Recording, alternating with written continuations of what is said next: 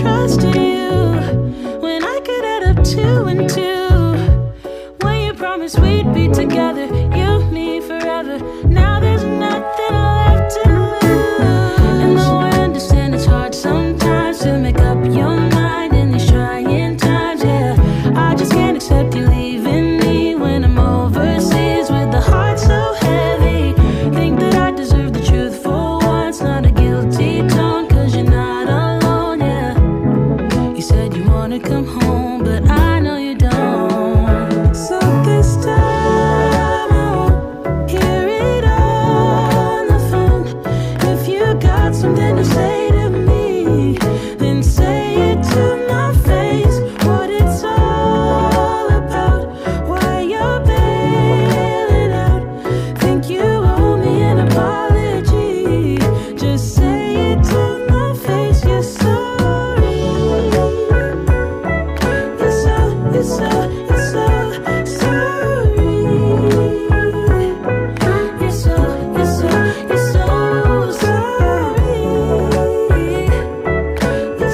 You're so sorry. You're so sorry. Say it to my face. You're sorry.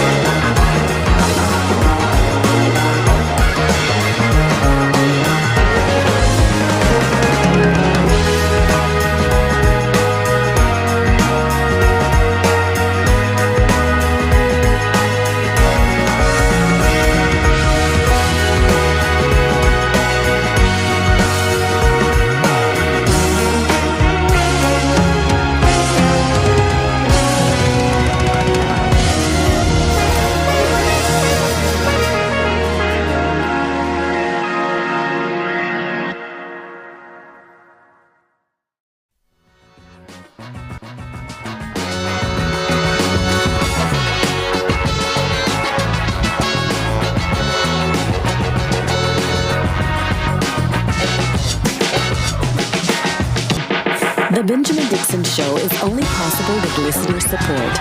Go to www.patreon.com/The BPD Show.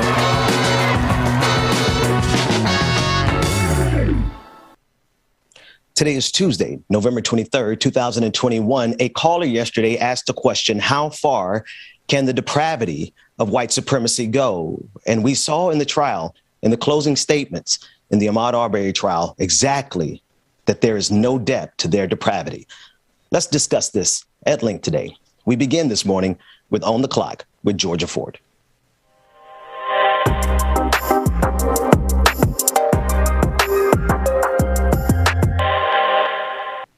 We are following developments this morning from Prior Lake, Savage, Minnesota.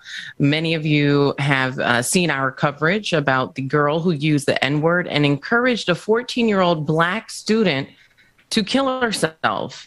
Last night, there was a school board meeting where school board officials were supposed to be hearing from parents and from students about their experiences, but unfortunately, that was cut short.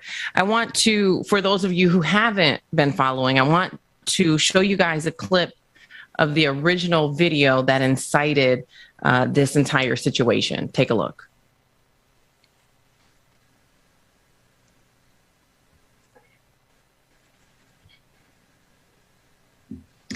And whether or not we have that clip this morning. Hundreds of students gathered outside Prior Lake High School Thursday afternoon to demand that this student be expelled for her racist remarks. You dark ass nigger.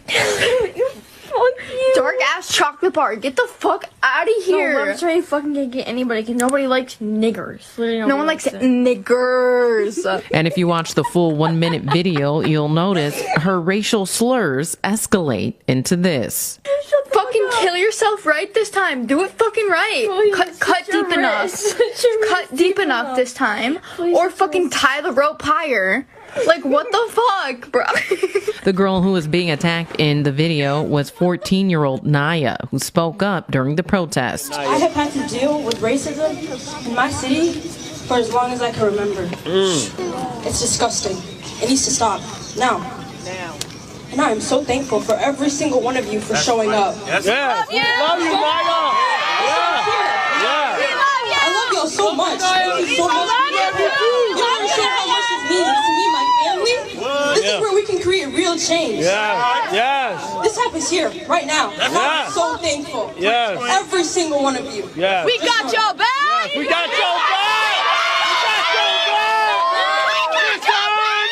Students were also joined by organizers and activists from the Twin Cities. Y'all got a teacher named Sarah Bernard?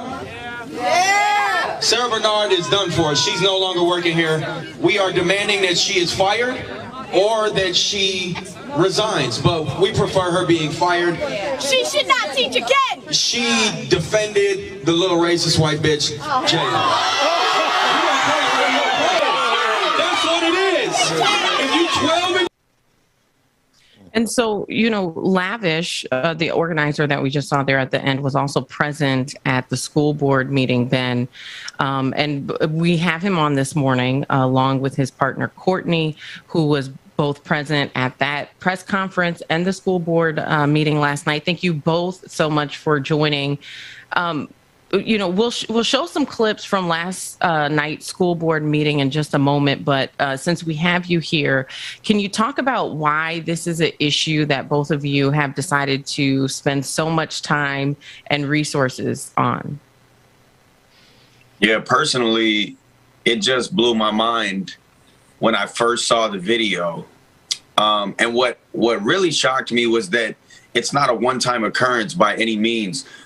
This type of thing happens almost daily, not only at Prior Lake High School, but surrounding suburban high schools. So once we really talked to just one of the students, we started getting literally hundreds of different testimonies and experiences that these students were having that were so similar to what Naya went through. And, obviously hearing what Jalen had to say really hurt all of us.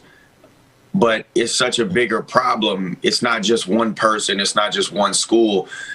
All these racist institutions are creating this problem at a young age. So I remember when I was in high school, I got suspended 36 times my senior year, even though I had been accepted to better colleges than a lot of my fellow students. And there was only one black teacher, and nobody was there advocating for me until we had Dr. Stevens, and she actually saved me from being expelled.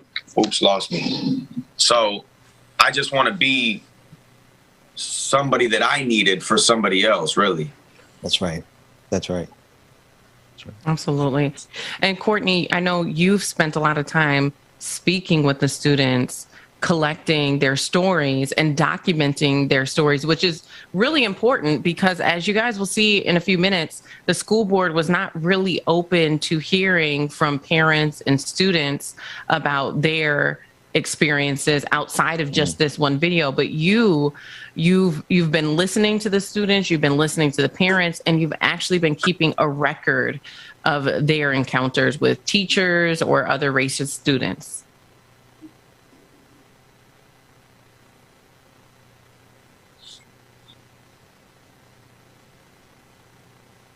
Courtney? I'm sorry. I was just having a little trouble here in Georgia. Okay. Oh, okay. Yeah, I was just asking you about the documentation that you've been doing. Yeah. So hundreds of kids have reached out to me, just telling me their story, feeling so grateful that they have finally had a platform for someone to just listen to them. So I have compiled hundreds of stories of teachers saying the N-word, multiple students. It goes back to 2012 when I graduated high school. Like, it's a reoccurring problem that no one has cared to address, and the only reason they care to address this one is because it went viral. I have over 30 videos, kids in KKK uniforms. It's absolutely absurd. And if we can, Ben and I'd love to have you chime in on this. But I do want people to see what happened at that school board meeting last night. Folks were very hopeful that they were going to be able to bring their concerns to the superintendent, who is in a position to definitely make some decisions here, right? But what we saw is after about 5, maybe 6 comments at the most, the school board shut down the listening session. They refused to hear from anybody else. And if we can go ahead and roll that clip from last night so our viewers can see what happened. There is a silence. And there is no action has been taken into this situation. So what I have is for the district is the questions. What did you guys do when this problem happened in the middle school? I believe that is all of our speakers this evening. No, you got another speaker. You have another speaker. I do not, and I can. This room has another speaker. You can knock that hammer all you want. Follow protocol. No, but he has the right to speak. I have the right. You are here to listen to the community, so you have the right to speak. I was going to enter this room with a bullhorn, and I wasn't going to listen to anything you had to say. I understand, and we have policies and procedures. And I may not have been invited to speak. I'm going to ask you to be cleared from. And I'll gladly take more than 3 minutes. All right. I'm going to call. I may not speak as eloquently as the previous speakers, but you will hear me. I heard hundreds of stories from these children, Amy. And I'm not here to talk about equity or equality and diversity. I'm here to demand that the school takes accountability. Demand that the school takes accountability. In the light of an international scandal, y'all didn't make a goddamn decision. That being said, it shouldn't take the world to watch for you to have to make a decision. But not only that, Michael, Michelle, even when the world was watching, you still didn't make a fucking decision. After this happened, you can step out. I'm going to keep speaking to these people here that you guys are supposed to represent. You only exist in this room to represent them. There's one story from a student that happened October 21st. I was walking in the hallway during one of my classes. There was a walkie-talkie on the table with the sound up loud enough for me to hear. The comment I heard was absolutely disgusting. I overheard a staff member say, quote, "Look at all those black kids outside the cafeteria." Shocker. Quote, "The amount of black people outside the cafeteria is disturbing." You're not saying there's a bunch of white kids. Sick. That's from That's the your staff. staff. That's from the staff. That's one from just your staff. I have hundreds.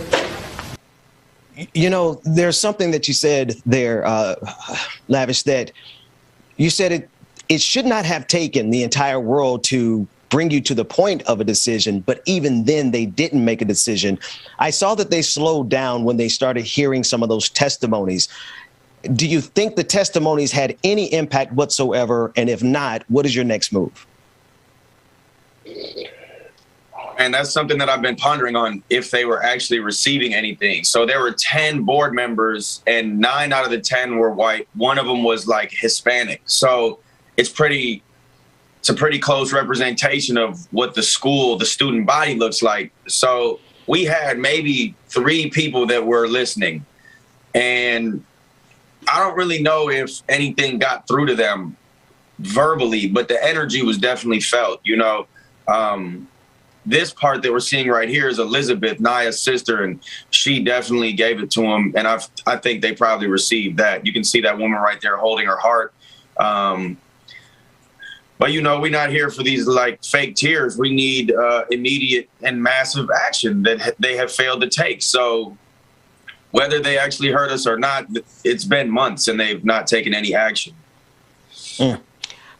And you know, one other question I noticed, Georgia, that they didn't have tolerance for this protest, but they seem to have a lot of tolerance for the different types of protests we see in opposing the mask mandates. We see that the school boards across the country, they sit and listen to all of those parents who come and want to make sure that there's no mask mandates, but they cleared out in this instance. I just wanted to make that observation, Georgia.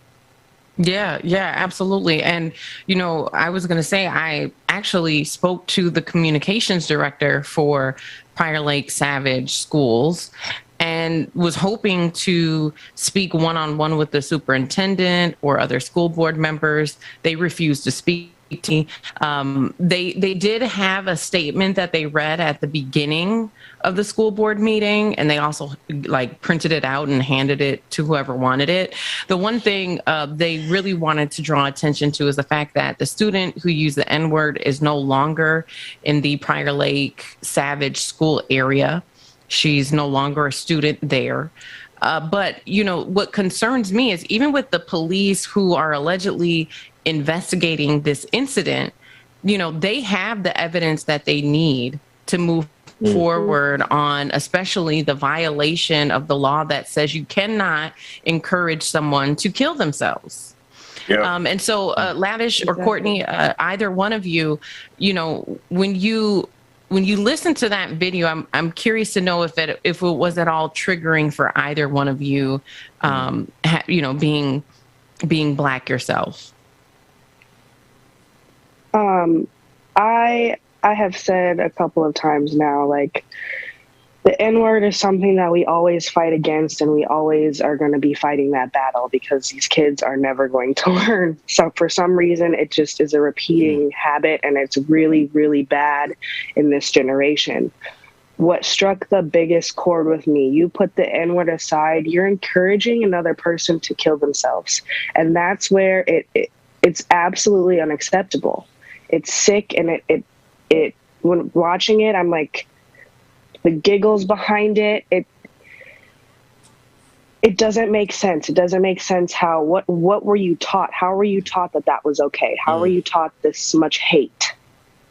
And how was the school aware of this 3 weeks before this video went viral? And still let this go on. The only reason they did anything was because it went viral. If this never went viral, I guarantee you it would have been pushed under the rug and it would have been no problem. So for these Black kids at school, how is this a safe environment for them? It doesn't make sense. And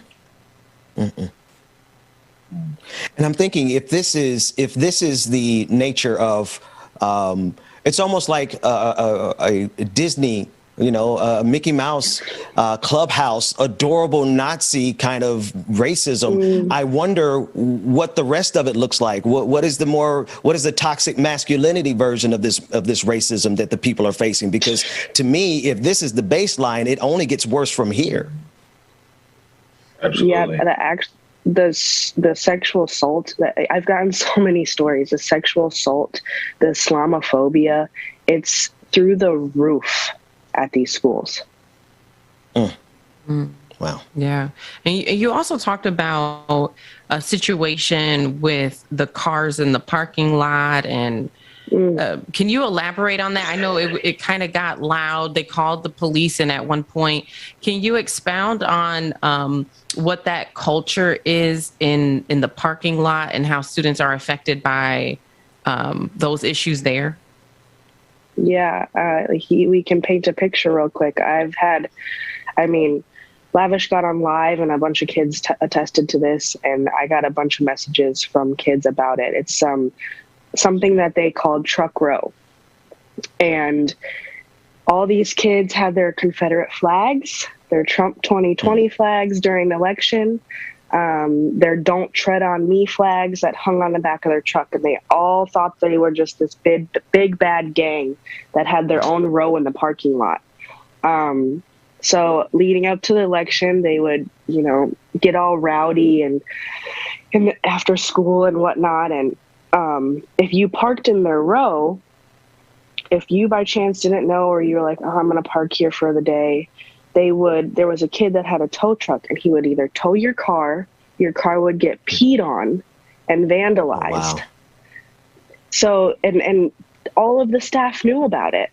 They all knew. They just let it happen. They had moments in school where they paused and had to pray for Trump. Like, they've created this environment. Wow. They stopped and prayed for Trump, but did nothing about students urinating on vehicles and towing them illegally. Wow, Georgia. Wow. Yeah. Yeah. Well, I was taken aback and to think, Courtney, you walked into that school board meeting with a very thick stack of papers documenting hundreds of experiences. And even that day when we were standing outside of Prior Lake High School, we heard from dozens of students, even from other schools nearby, that have had these experiences. Could you share with us maybe one of the most surprising encounters or experiences that either a student or a former student has shared with you all, and maybe talk about whether or not it was addressed? I guess one of them that really hit a chord, there was a couple that hit a chord with me, and one of them I read yesterday, but this other one was about this girl who was a freshman, and her mom called and said, hey, she's recently been sexually assaulted. You have to just take it easy. Like, you got to understand what she's going through, told her story. And the day she showed up at school, all the kids knew about it. And they were bullying her for it and blasting her for it. And she went to the office, and the school counselor and was like asking and pleading for help. And the principal at the time, which is not the current principal, but there was a principal at the time. So just to give you a playbook of how this has just repeatedly gone on, told her that she was making it up and she needed to get over it and like dry up her tears. And she's messaging me as she graduated in 2007, and she's messaging me, and I'm like, you are so strong, you are so powerful, and all these things. And she was like, every day I live with it.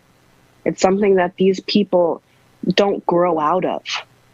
So these school systems need to understand, like, you don't just go home and it's done. You don't just turn 30 and it's over.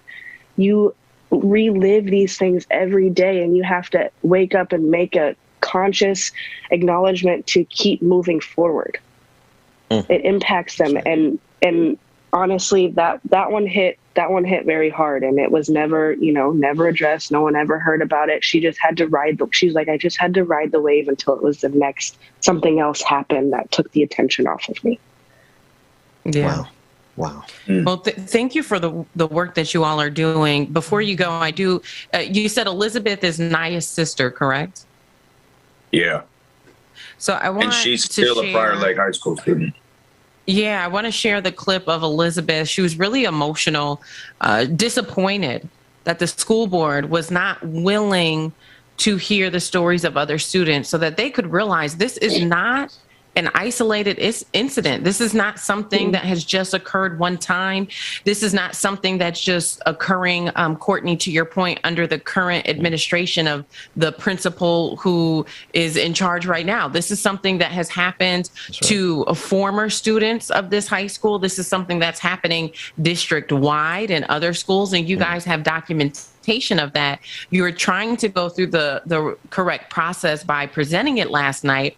That was shut down. Lavish and Courtney, as we saw, you were both frustrated, but also let's remember who is at the center of all of this. 14-year-old Naya, who received these violent, racist, hateful attacks online, and her family's been impacted. Her sister, who's a student, also has been impacted. So I want you guys to take a look at Naya's sister yesterday when she realized the school board came back in, not to listen, but just to let people know that they were adjourning the meeting and then they were leaving back out. Take a look. Get up and walk out. Walking out on kids, y'all should be ashamed of yourselves. And you guys just get to walk out. Well, every day we have to struggle. And you can just walk out of the room and not listen to what we go through. text line. You're the racist right now. You don't listen to anything that we have to say. You do not care about any of us in this room. And I hope every day that your children feel what we feel and you finally understand what we have to go through. You're sick.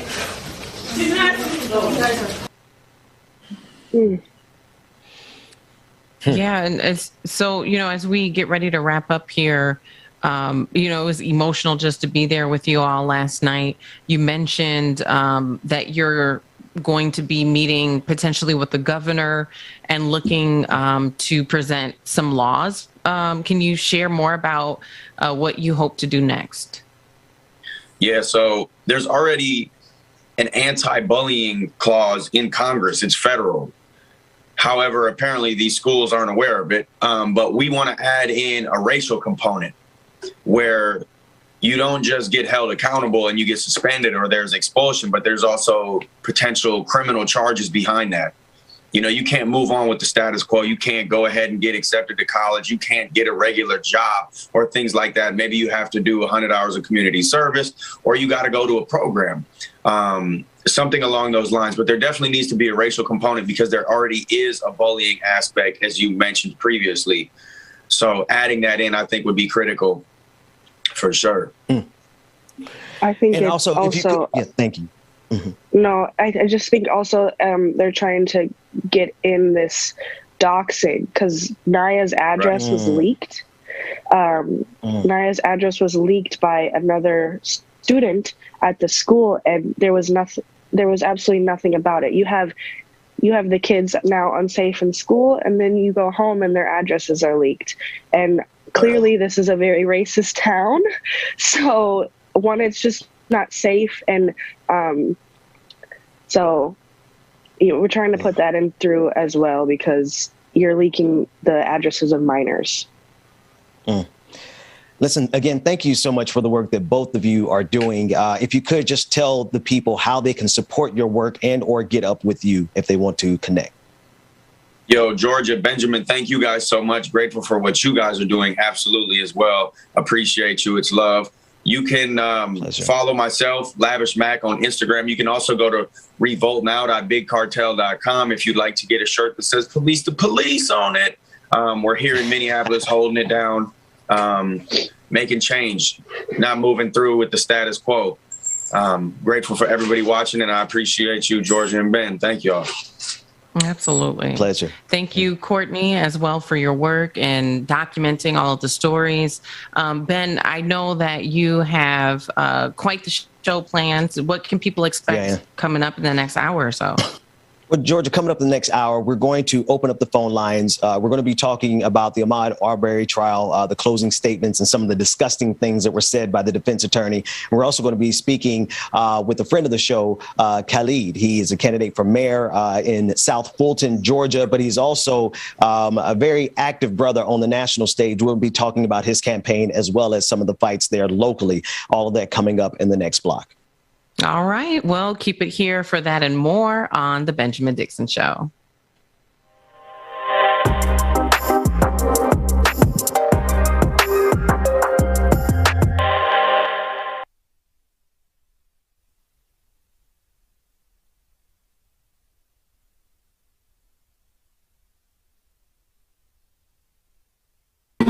But I'm still fly, I know. I'm still fly, let's go. It could all be worse, I could be a hater like you. Good morning. Good morning, people. Good morning. It's your boy, James. But that poison's gonna kill you. In the building. From the inside out. So right now. Coffee, tea, whatever it is you need to get your say it with your chest now, say it with your chest. Good morning, everybody. I'm free. Can't nobody take me here and now. It's my time to run it out. It's my time to ride it. I'm young, I'm free. Good morning, everybody. Roller Dragon, what's going on? That's the Chuck Diesel. And now, Roller Dragon, Alicia, KFC, Verity, Juanita. Good morning, everybody. Good morning, y'all. I'm out of frame. Cheers to all the haters, cause you proved to me that rising to the top was my destiny. And you can see whatever from behind me, but I still fly. I'm still fly. I know. Nicole, how good morning, y'all. D-So. I'm still fly. I'm still fly. Let's Sam, go. good morning. It could all be worse. I could be a hater like you. Working on my shoulder. Good morning. Hey, Miss Sophia. Good morning, Sophia. Hollywood, good morning. It's time to say it with your chest now. Say it with your chest now. Jeremiah Schaefer, good morning. Demon Yama Mama. Sunny Wright, Black Magic, Brenda Johnson, Korean Ransom, good morning, y'all. It's my time to ride it out. It's my time. It's my time. It's my time to ride it. I'm young. I'm free. All right, here we go. That might be a little bit louder, but you don't really see if it works. Here and now. Ooh, I like the bills. Good morning, Big Dreams. Good morning. It's my time. It's my time. It's my time to ride it out. It's your time. Oh, if you're on the bus, say yeah. Iris Jones, good morning. If you're on the train, say yeah. Yeah. If you gotta walk, say yeah. Yeah. Everybody's going somewhere. Yeah. Young or old, I really don't care. Yeah. Life has never really been fair. Yeah. So put your fist up in the air. Yeah. Say yeah. I'm young, I'm free. Can't nobody take me here and now. It's my time to ride it out. It's my time. It's my time to ride it. I'm young, I'm free. Can't nobody take me here and now. It's my time to ride it out. Pixie on the moon, good morning. Marjorie. It's my time. Good morning. Barbara, good morning. It's your time. Courtney the SLP, good morning to you.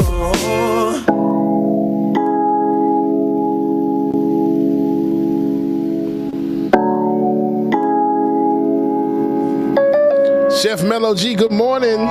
Okay, sorry is a sorry does. She just wanna cut up in the Tiger, car, what's told her going sorry on, does. Tiger? Good I don't morning wanna to see you. it from your eyes unless it's Cartier. Burning Love Life, good She morning. said you ain't playing fair, playing fair, playing fair. No, I ain't playing fair, playing fair, playing fair. No, I ain't playing fair. Asked her why she staying there, she said she don't know. I had to ask some more, but I really had to go and get my pop on. Yeah, I get my pop on. If she needs some good, tell her she got hop on. She know I'm the top dog, I know she a hot one. Balenci's on the feet, and you know I got the socks on. Yeah, I get my pop on. Love Like Yeah, This I is get my Bop On pop by If she ISO needs some Indies. good, tell her she got hop on. She know I'm the top dog, I know she a hot one. Balenci's on the feet, and you know I got the socks on. She Yeah, said with my hot sauce, she ain't with no knockoff. See them, we gon' pop off. Uber getting dropped off, kicking in the door, but we ain't knock on it. Ice on your beat, then you know it got the bop to it. Running up the streams like the stock market. They ain't with no beef, tell them stop talking. Rock a goatee like I'm Hulk Hogan. Put on R&B, then I hit her with the slow stroking. Ooh. Then I told her she could hop on it, pop on. Yeah, I get my pop on. If she needs some good, tell her she could hop on. She know I'm the top dog, I know she a hot one. Balenci's on the Pablo feet, Cerez, if and I you can know find got some the non-copyright socks on. house Yeah, I music, get I'll my give it to pop on. Yeah, I get my pop on. If she needs some good, tell her she could hop on. She know I'm the top dog, I know she Brother a Luke hot Kane, one. good Balenci's morning. on the feet, and you know I got the socks on. Yeah. Double B's on me, yeah. Double C's on the dough. Adam Double Ward, D's shout out to the fucking West dough. Coast, Going nuts man. for the Shout out to flow. you. Ain't gon' eat Hey, F it, Cali. bro. I'm a G, let him know. Who is he? ISO. Who is he? ISO. Pop on. Yeah, I get my pop on. If she wanna give me neck, gotta keep the top on. But she got the top off while I got topped off. She was taking too long. Now I'm finna nod off. So I get Tyler my Hackney, pop good on. morning, Yeah, I Tyler. get my pop on. Tyler, If she good needs some morning, brother. tell Amber her she Layla, got good hop morning. on. She know I'm the top Jazz dog. Montazo, I know she good a morning hot to one. you. Balenci's on the feet, and you know I got the All right, y'all. Y'all know what time it is. Welcome back to the stream. My brother from another mother. Dwayne's gonna run that footage, man. Benjamin Dixon, good morning, y'all. He's on the feet, and you know I got the socks on.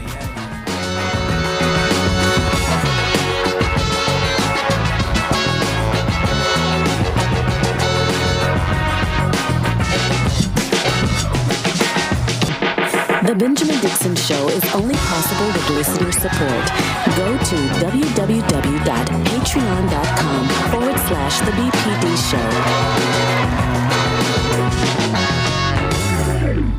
Show. Welcome back. Welcome back, everybody. It is Tuesday, November 23rd, 2021. Thanks so much for joining us. As always, I'm joined by my brother from another mother, DJ Exclusive. How's it going, man? Pretty good. So how you doing this morning, brother Benjamin? Man, I was doing good. I'm still doing good, but I just want to take a minute and recognize the daughter of Malcolm X, who passed away. They found her in her apartment, Malik Shabazz. I'm sure I'm not pronouncing her first name properly, but we do want to pause and reflect. She was 55 years old, and all of the information that we have so far says that there's no foul play. That's a family that's been hurt. You got to keep in mind that I believe that she was one of two twins that Malcolm's widow was pregnant with at the time of his assassination. I'm bringing that from memory. I could have that detail wrong, but regardless of that particular detail, the daughter of Malcolm X died at the age of 55, and they're still investigating the causes of that death. So, but, you know, other than that, I'm good, man. How you doing? I'm good, brother. He was trying to juxtapose, and I know, Ben. I know, brother. There was nowhere to go after that. There was nowhere to go. It was nowhere to go. But you know, man, and you know that family has fought long and hard. And I know something else just came out recently about Malcolm X in that case. So I know it's been a lot going on. It has been a lot going on, and I'm sure. And I'm sure that stress probably it got to her. I'm just sure that's what it is. I'm sure. And just rest in peace and solidarity to the family. Yeah, no, absolutely. And thank you for reminding me. We were just discussing this. The producer and I were discussing this yesterday, and not knowing that this would be the occasion that we would finally get a chance to talk about the two men who have been convicted of assassinating Malcolm X were exonerated. And this is years after the fact. And for decades, man, we all believed very clearly that there was something more that happened there. But to see that investigation finally come to fruition, and it just shows you also how easy it is for this system to blame something on Black people, even when it is guilty itself. It is just a testament to what this system has always done. So that family has gone through a lot, and we're going to be sending up prayers and sending love, and like you said, solidarity over there to them. So, let's make it worse. Do we have the clip of that defense attorney from the Ahmaud Arbery case? It's a short clip, and I don't even have her name yet. David, if you could give me her name. But this is the defense attorney in the closing statements yesterday. And I tell you, James, there's no depth to what these devils, and I make no qualms about calling them devils at this point, because when you hear how she vilifies the deceased, how she vilifies Ahmaud Arbery in this moment, all the way down to his dirty toes. The clip's I not want just, America to listen. Go ahead, David. The clip that we have is a little bit more compiled, so it's the defense in general. That clip is in there, but it's a little bit longer than what you saw. Okay. Well, listen to how evil all of them are. Run the clip. Yeah, right. Before. Defense lawyers told jurors that this killing was self-defense because when they look at this same disturbing cell phone video, they see the victim trying to overpower their client and take his gun. And so he's done what he thinks the law allows him to do, which is to try to de-escalate that approach by showing force. All we can guess about the young man is that his teenage years were full of promise, but his early 20s just led him in the wrong direction.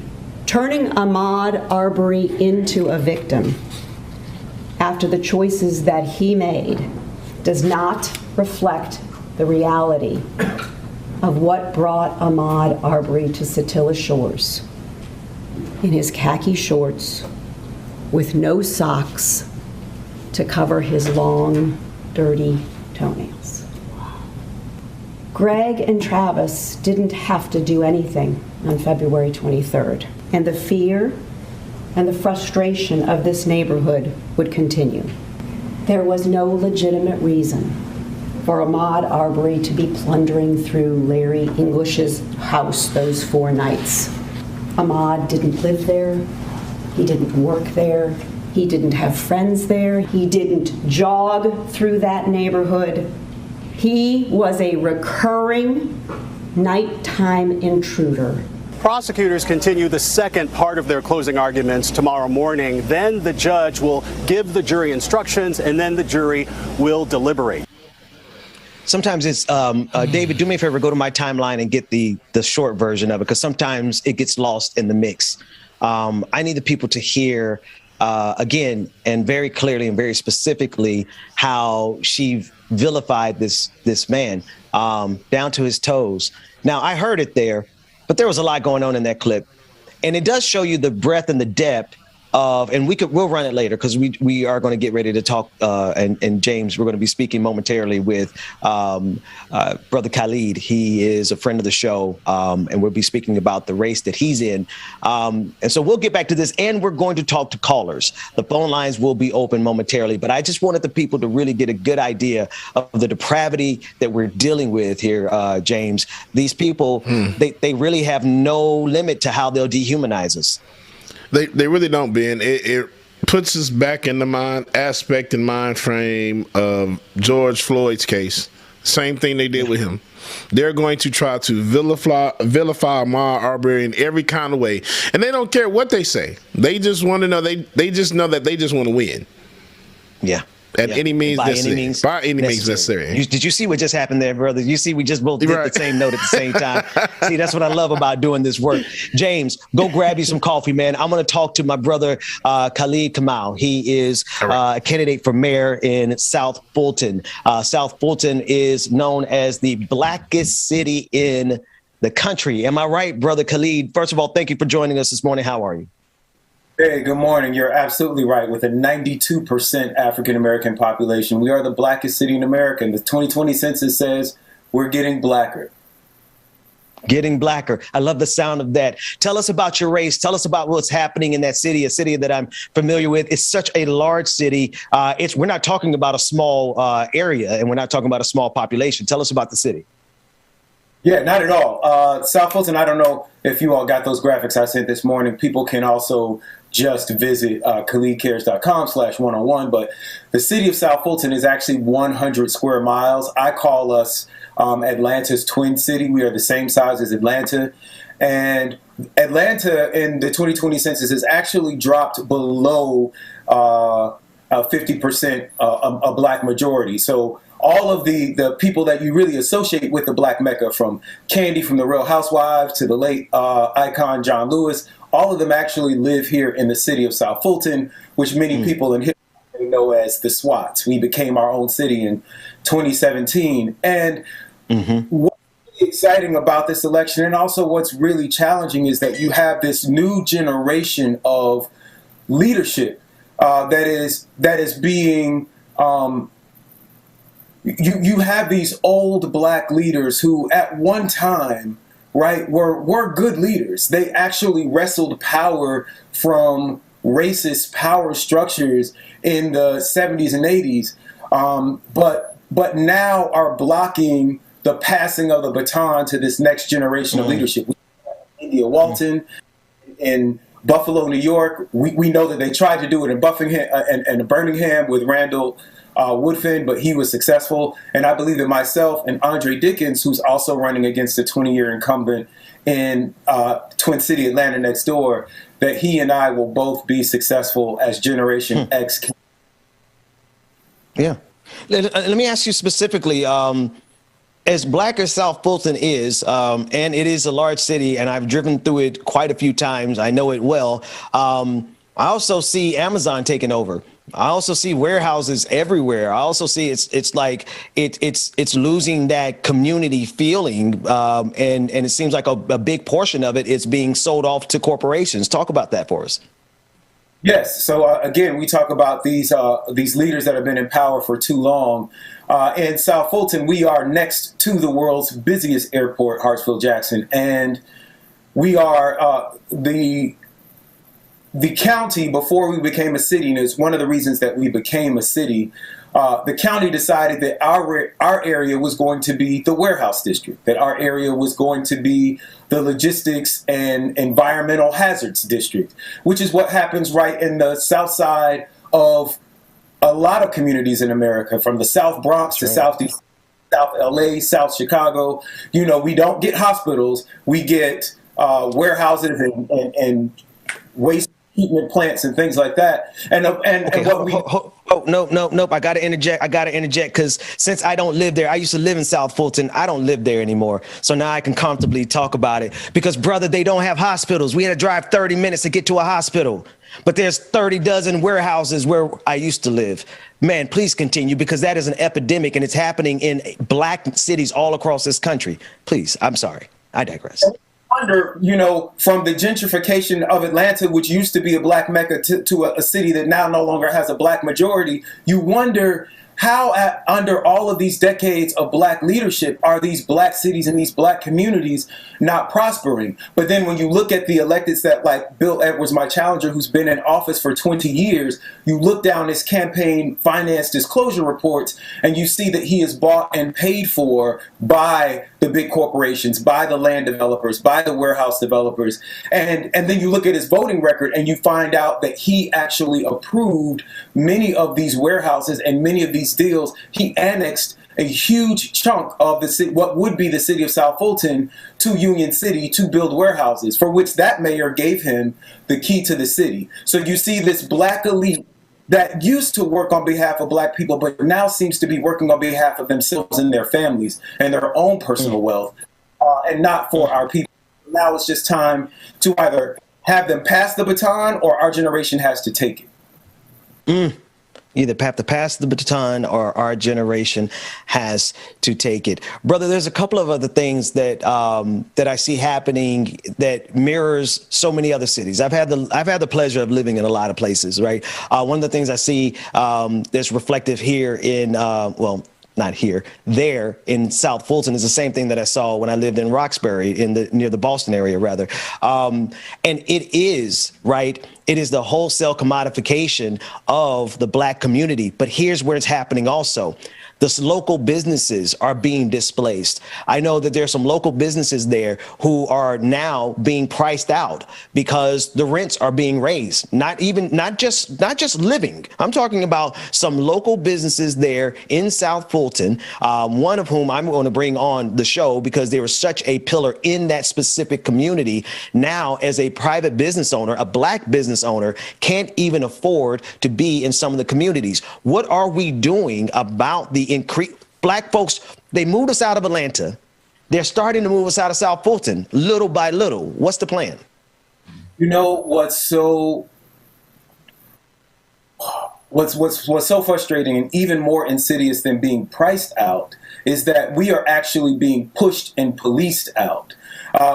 We just a year ago, in the summer of 2020, talking about reimagining police and refunding our jobs programs and our social work programs and our parks programs, to now suddenly, magically, ironically, on the verge of all of these elections, we're seeing in all of these cities this supposed rise in crime. In South Fulton, where our crime has been going down by double digits for the past 2 years, our black police chief, at the behest of our black mayor, has started raiding black clubs, allegedly for violence and drugs and all of these things. They're finding minuscule amounts of drugs, but what we are seeing happening is that our mayor is campaigning on cleaning up the South Side, right? And we've seen that. We've seen this playbook in so many of our cities. Under the auspices of cleaning up, we harass black residents, we harass black businesses, we harass young black people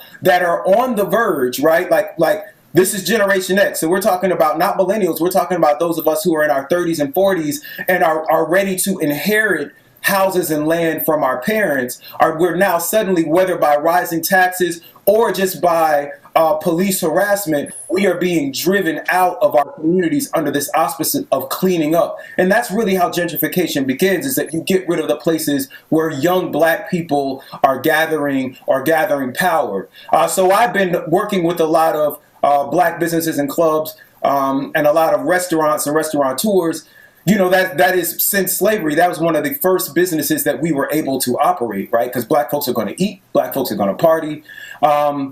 And we have really generated a lot of support in that community. So we're actually, the election is Tuesday, Monday night, it's Monday Night Football. We're going to ride out on Old Nat on the South Side. We're just going to take over the South Side and get people excited about this election. Right. We have rapper who's made a campaign song for us called Black on Purpose. You can find it on Spotify.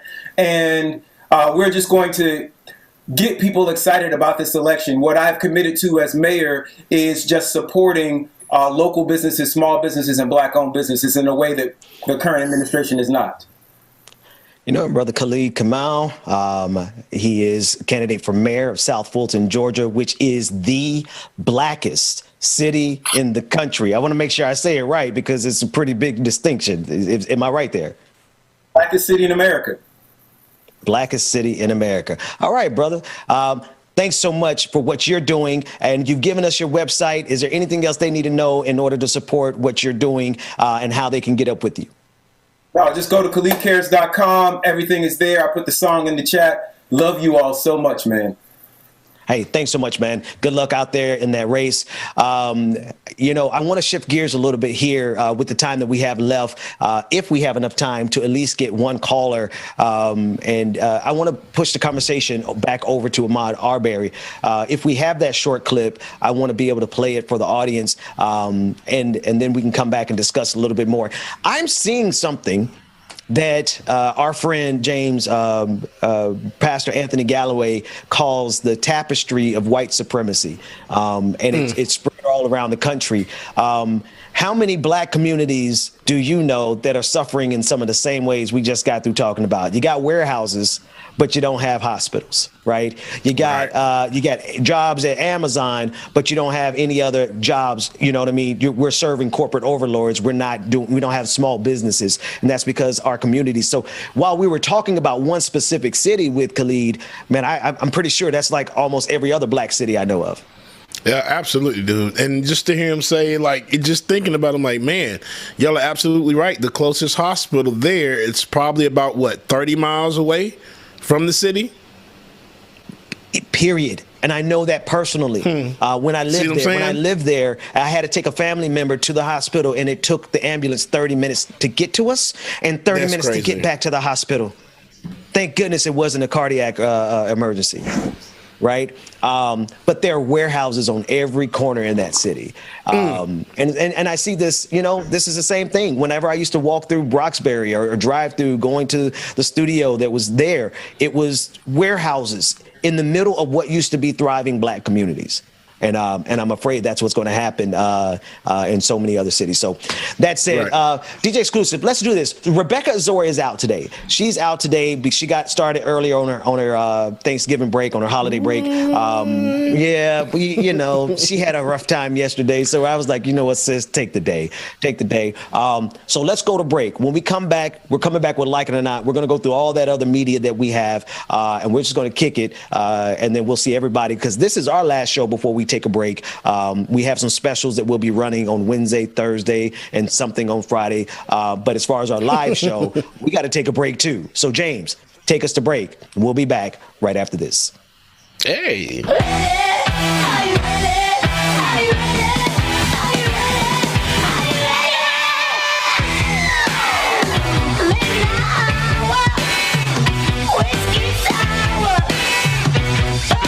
So y'all make sure that y'all stay tuned. We got Like It or Not coming up next with your boy Benjamin Dixon and myself, James Bubba Williams. Dwayne's gonna get on camera too, I heard. No, I'm just playing. But the voice got to be in there as well too. Let's David. Y'all make sure y'all stay tuned, man.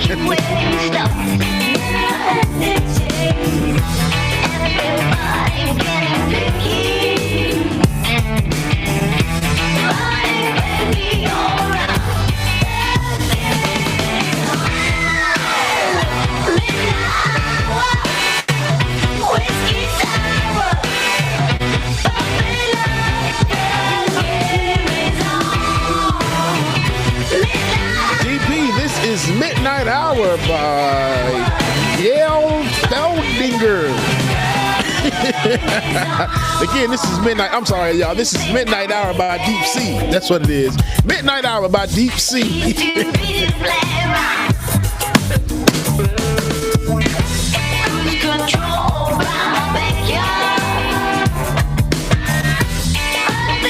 me see what I got here for this here.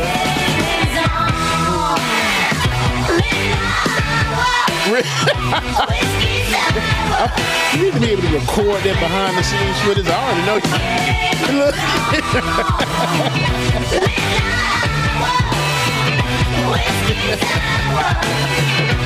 That's funny.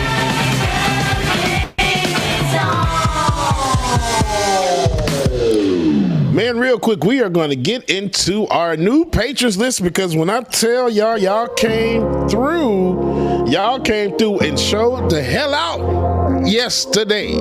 So let's get into it real quick before we get back into the music, y'all.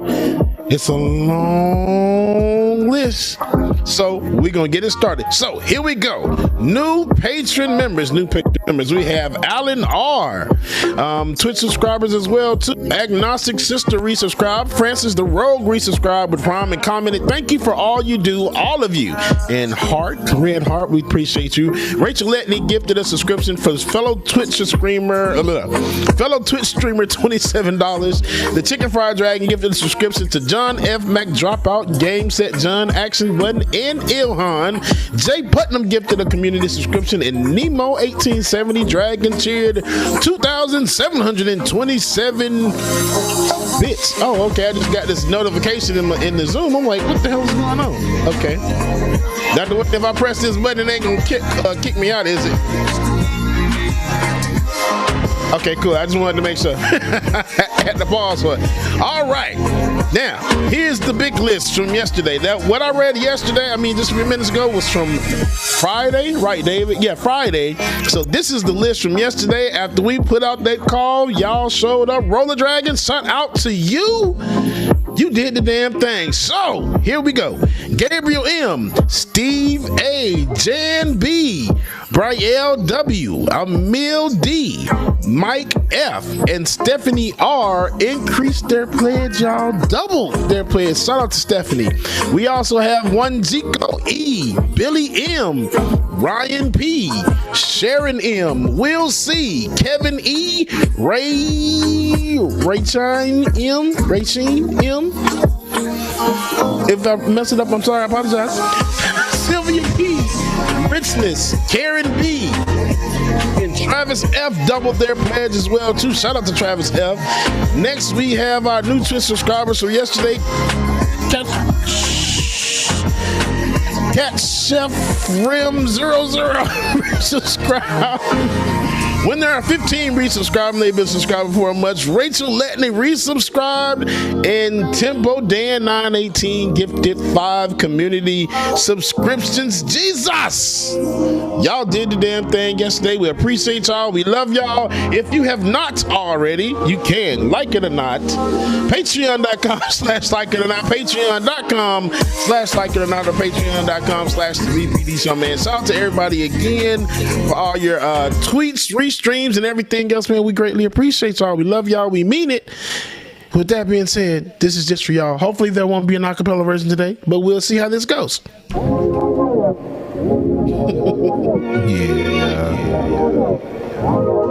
know what time it is. Good morning, y'all. And shout out Jeremiah Schaefer, who said he just joined Patreon a few minutes ago. Shout out Jeremiah, we appreciate you. 9 a.m. to 10:30, yeah. Like it or not is on your channel, yeah. Politics and culture is we change game like we're supposed to, yeah. Oh, I forgot to send the link to my mom. So she gets to choose what gets the views. Like it or not, with Queen Azor, it's starting now, so stick around. Like it or not, it's going down. Like it or not, y'all stick around. Oh, Rebecca, Mark, yes, shut the hell up. It's coming through. You know she got us. Yeah, think of Tyrese, I think I'm Bubba, and I sing like Bubba with Tyrese mixed in. That's my dog. This is his show. He's a politics pro. I am your DJ. DJ exclusive. Y'all know who I am. I stay dropping them jams. Jam boulder, you know I got you. Like it or not, it's going down. Like it or not, y'all stick around. Oh, like it or not, it's starting now. I was about to pour the coffee on it, and then I thought I might know it's hot. Like it or not, it's about to go down. Like It or Not with Benjamin Dixon starts now.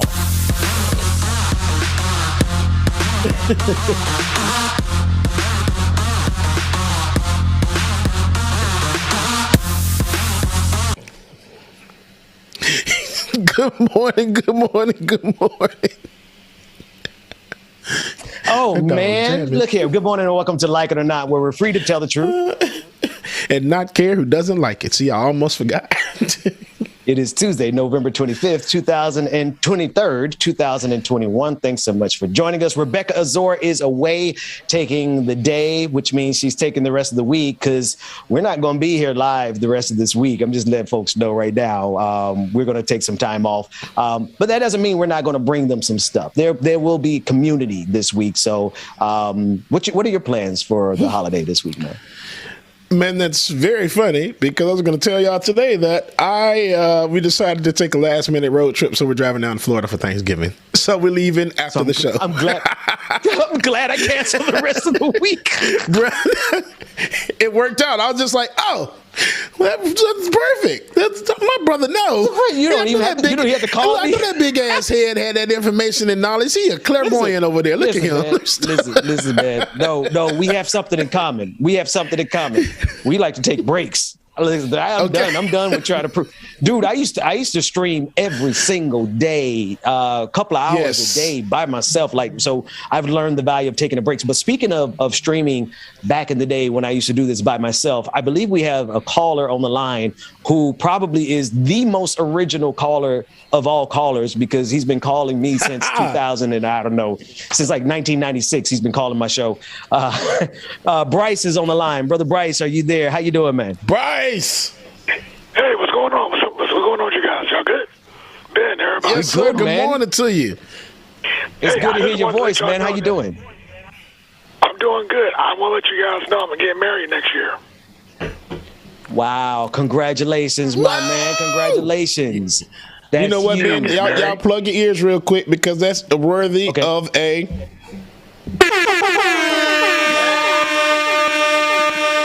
There it is. Brother Bryce, congratulations, man. Congratulations. That's awesome news. What else is going on? What's on your mind this morning? Oh, I just wanted to say real fast that I hope that, we do get a guilty verdict, which we'll probably get next week in terms of Ahmaud Arbery, because if we don't, we want to burn this mofo down. I want to burn it down, because if they let them boys off, burn it down. Bring it on. Listen, revolution. it is, Bryce, it is required by custom and law that I say, we don't condone violence, right? I'm required to say that I have to repudiate what you just said, Bryce, because that type of stuff can't go across our airwaves, Bryce. But I do understand the sentiment because, it's one thing we expected fully for Kyle Rittenhouse to get off. Y'all. Gotta go. Hey, okay. See you later. That's that. I'm at work right now and I'm sneaking to make this phone call, so I gotta hang on. I gotta go. I've done that plenty of times. That was. Oh, my wife came in the room. I gotta go. Okay, gotta go. That was. Let's go down the list. I love so many different scenarios. So many different scenarios. So this might be. I feel so slighted, Bryce. I feel cheated here, Bryce. This might be off a little bit, but when that happened, I thought about God, what was the movie? Color Purple. Granny don't. No. Dude, oh, gotta go. Never mind. You know, remind you of that baby, the meme of the baby running around the corner and say, "Oh, look, turn around, gotta go." This man, Bryce, thanks for the call, man. Only you can call in and do that to us. The phone lines are open. Man, I don't have the number in front of me. If you could put it in the chat for me. So it's a new number, but it is also in all of the different chat rooms. Click on the call-in number and then click on the meeting ID to join the conversation. We do want to know what you feel about the various trials that are going on, or rather the Ahmaud Arbery trial that's happening and the aftermath of the Kyle Rittenhouse. I don't know if you've been watching it, man, but they're really making this guy out to be their Lord and Savior of white supremacy. Oh my gosh, bro. And I can't say what I want to say. I just hope he feels very uncomfortable in public.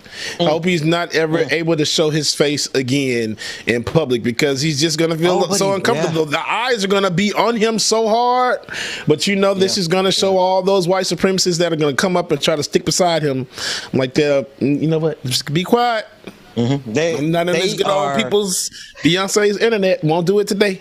No, we got to wait till we at the actual physical location. Like this, there's stuff that we will say at the club, like when we do the live show, that we won't say on the live stream. We're gonna save some of that for that, because looking at the way they lift up Kyle Rittenhouse, and then the very next week, I want to run that clip again, even if we don't have the short one. I want to run the full one of the defense attorneys in their closing statements, because, you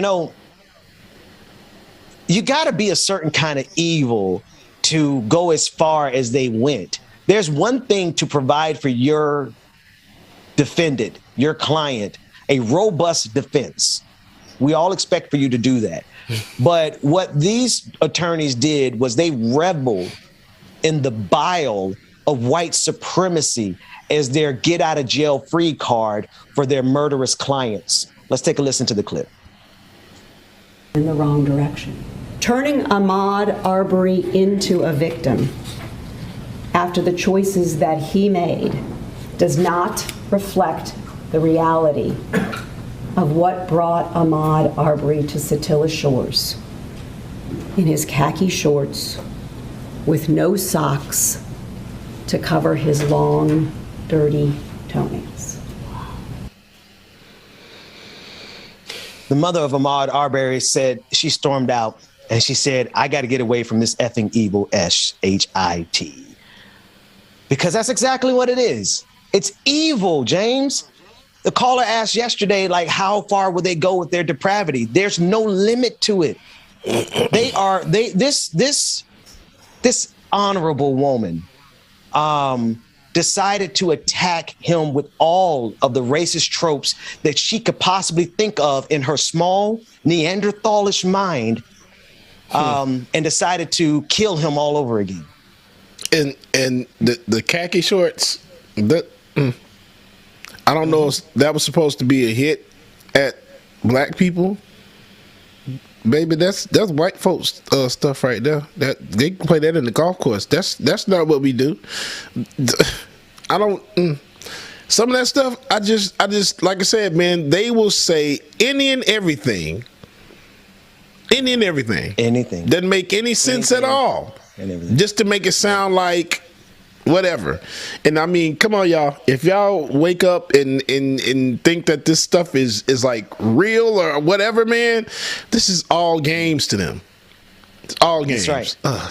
This is one big game for them, James. They're sitting back laughing how much they can do with their pocket change. Like, they're rich people behind this, to be sure.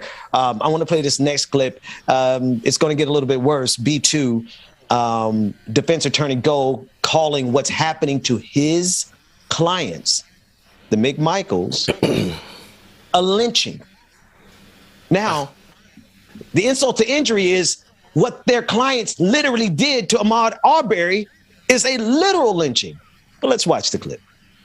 This is what a public lynching looks like in the 21st century, with all due respect. They don't have to have 10,000 people outside. They don't have to have 100,000 people outside.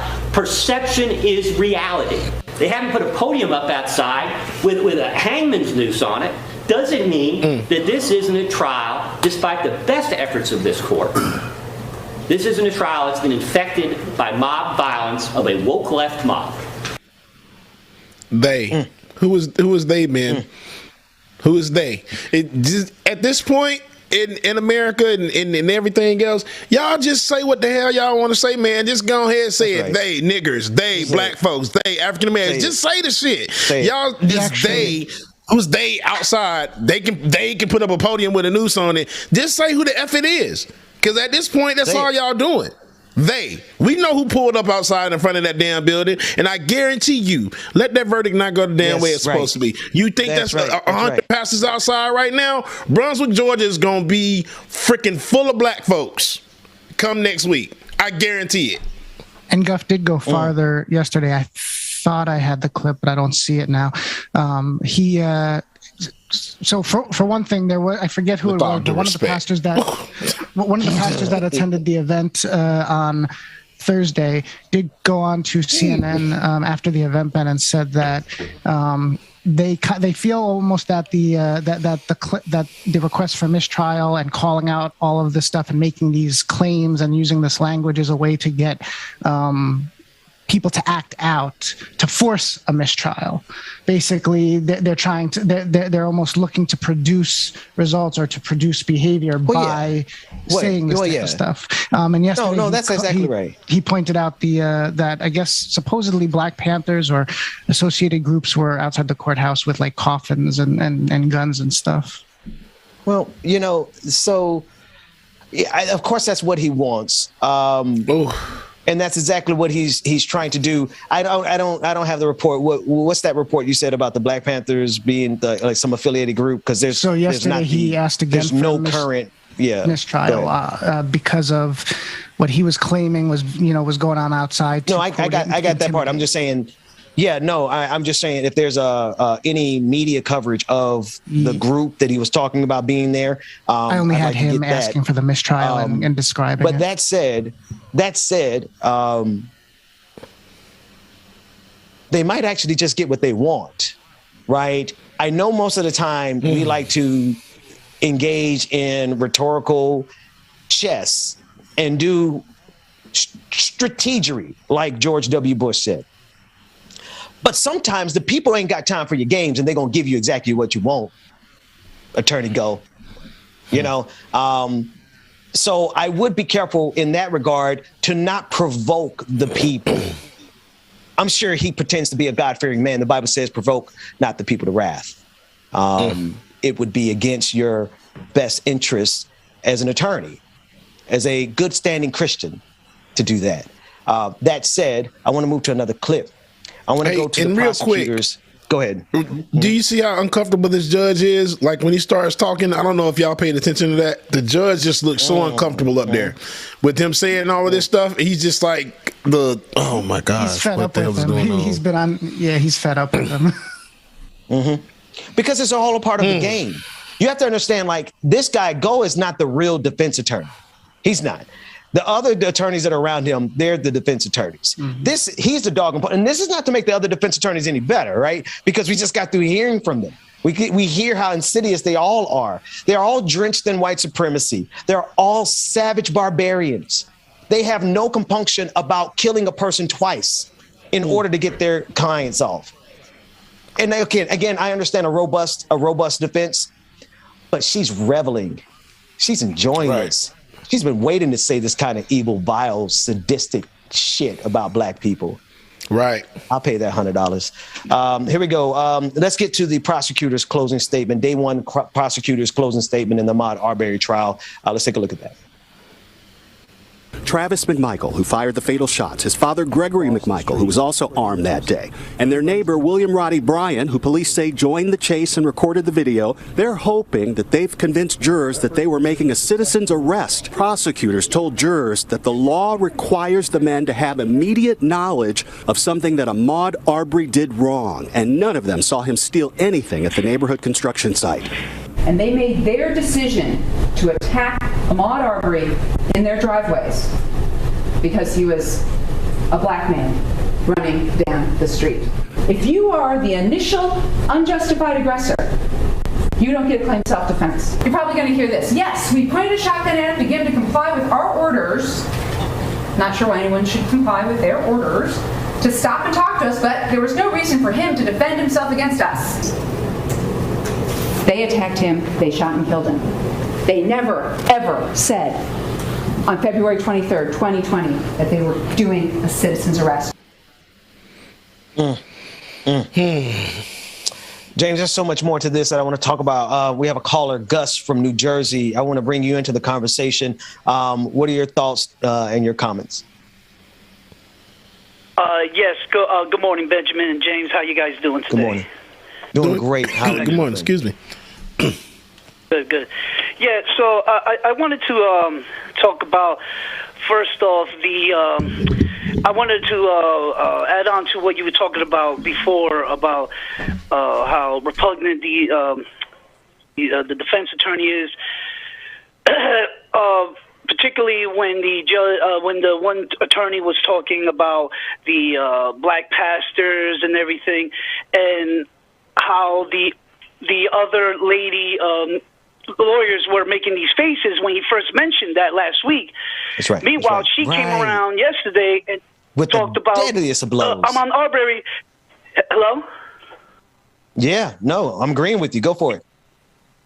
Yeah, but she also came out today, the other day, and talked about Ahmaud Arbery's dirty nails, and we're describing one in such a way. So, I was trying to figure out, like, where is her mentality? If she felt that was weird for him to say that, why should she say that? Also, okay. Let me get a correction here. My producer is saying that that's not the same lady, but it's pretty close in proximity in terms of space. Like, I don't trust anybody that's sitting behind that bench anymore. Like, I don't care how they put their hands in their face. All of them are guilty, in my opinion. But go ahead, brother. No.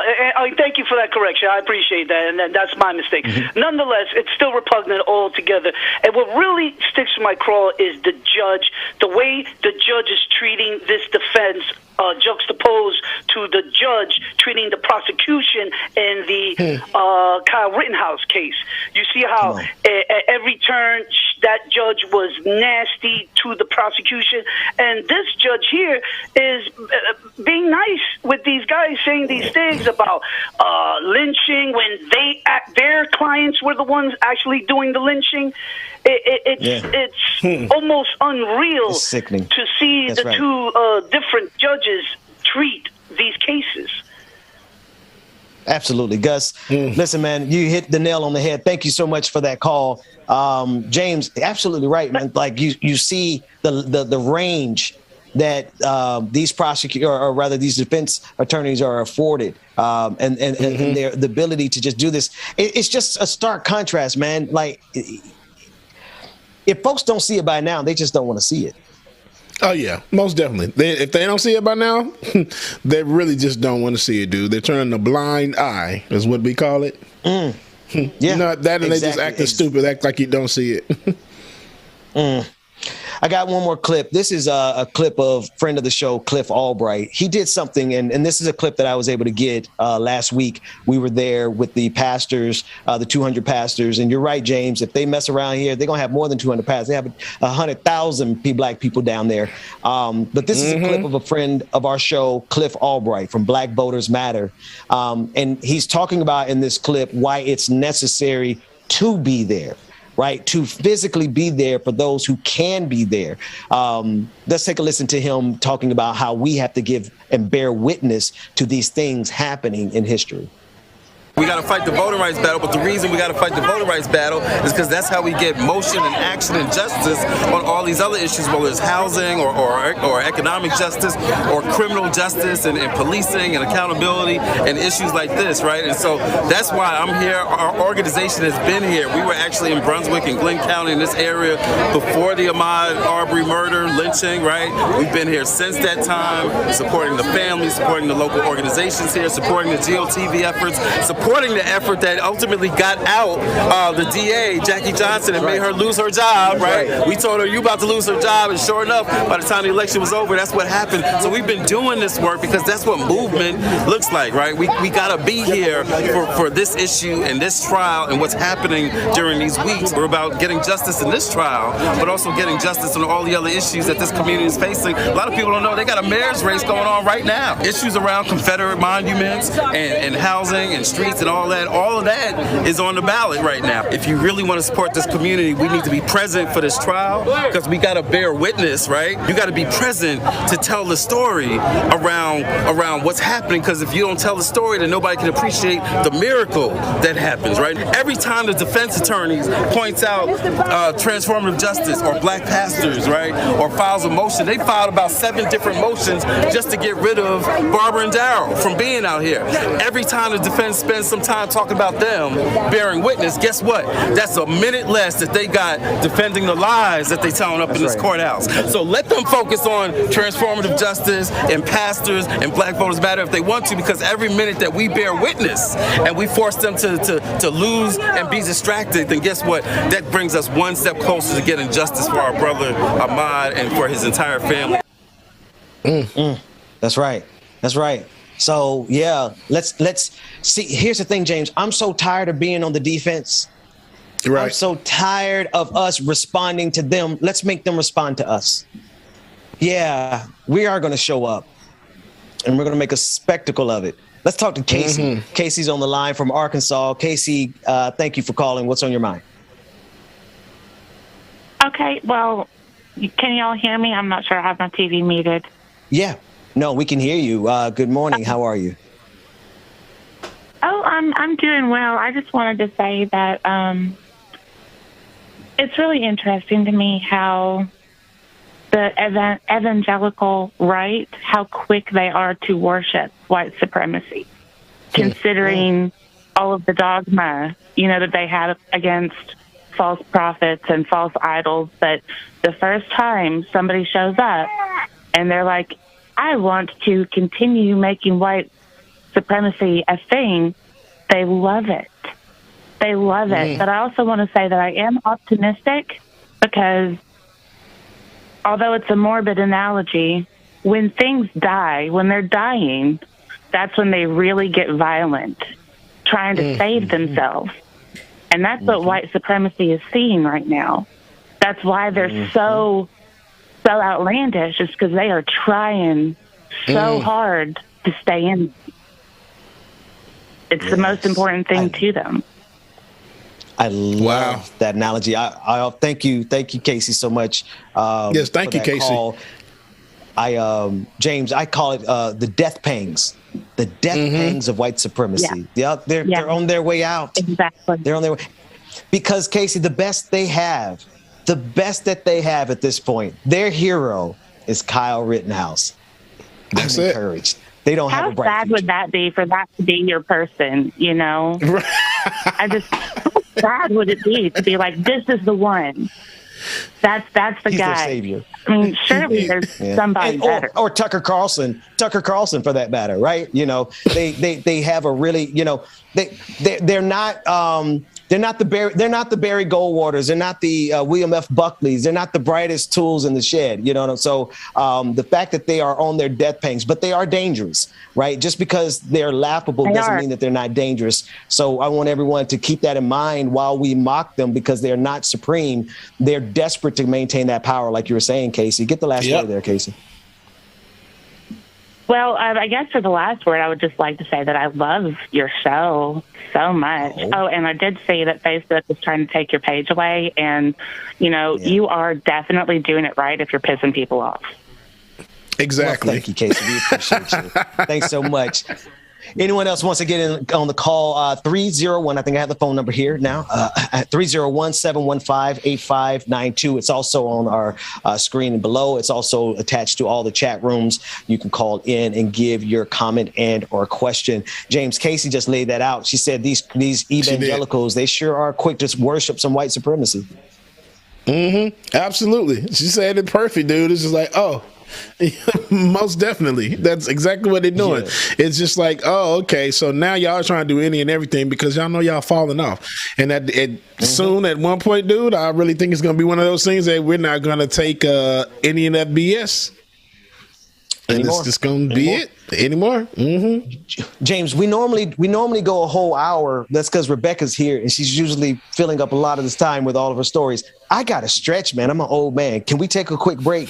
And when we come back, we're going to be talking about this clip from Nicole Hannah-Jones as she breaks down exactly why they fear critical race. Go ahead, Dwayne. Oh, man, I'm trying to get up and straight. Caller, you're live on the air. This ain't going to take too long. Luke Kang, tell him what's on your mind, bro. Oh, Luke Kang, what's up, man? Hey, what's going on, y'all? Just very white on the line. How's it going, brother? Right. I was just saying, like, I feel you about, it's time for us to go on the offensive because these two cases are making it quite clear. Like, they're trying to set the legal precedence that is going to tell black people, remember your place in the case of Ahmaud Arbery's case, his murderous case, right. And then to let any white people that have too much proximity to black folks to remember their place with the Rittenhouse case. So in terms of going on the offensive, like, I think we got to start with those who are considering themselves to be aligned with us, like, and that being the Democratic Party, which is we know that they can't win anything without us. They can't win dog catcher without us. So it's time that we lead up. I know it's not enough time between now and the nearest midterms and general election for us to form a full-blown black political party, but I think it is enough time to form a black political delegation in the mode of like a Fannie Lou Hamer type of deal, where if we can show that we can peel off enough votes from them, we just have to be able to make the case to our own people for our own people. Like, hey, in these these polls, these preliminary polls and stuff, put down that you'll vote for whatever candidate is endorsed by the black political delegation, or that you just won't be voting for the Democrat, or you'll be abstaining. Let them know ahead of time that they'll lose, and then watch all of a sudden they legislative agenda switches up. Man, listen. But that's what I'm just saying. We got to go offensive. Luke Kang, I love the idea. I love the name too.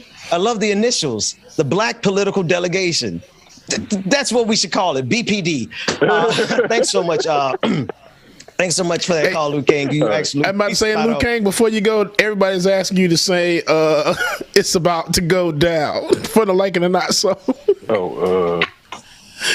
It's about to go. Wait, hold on. It's about to go down. I don't know. I got. There it is. Hey, look. I need to get Luke Kang to rap a verse on the remix, and then I need Chuck Diesel to rap a verse on the remix. There it is. We love it. Hey, appreciate you, brother. You be safe out there. Now, DJ Exclusive, I need to stretch. I need to get my old bones and move these old bones. Can these old bones live? We're gonna see. Man, Take a quick break. When we come back, critical race. Y'all make sure y'all stay tuned, man. We got some more coming up. I hope his mic was on. Everybody heard him. He's talking about my back. So like, oh man.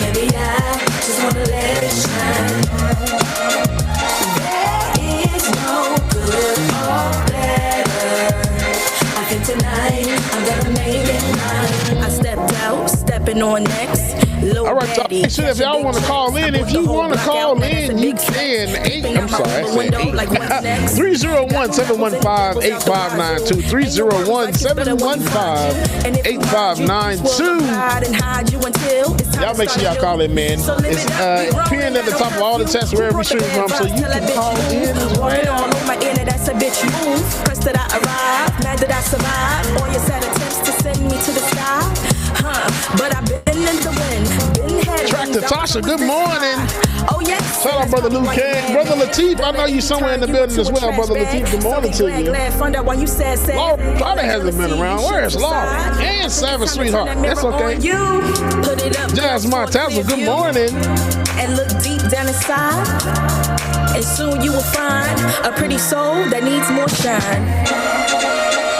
My world has come together, and maybe I just wanna let it shine.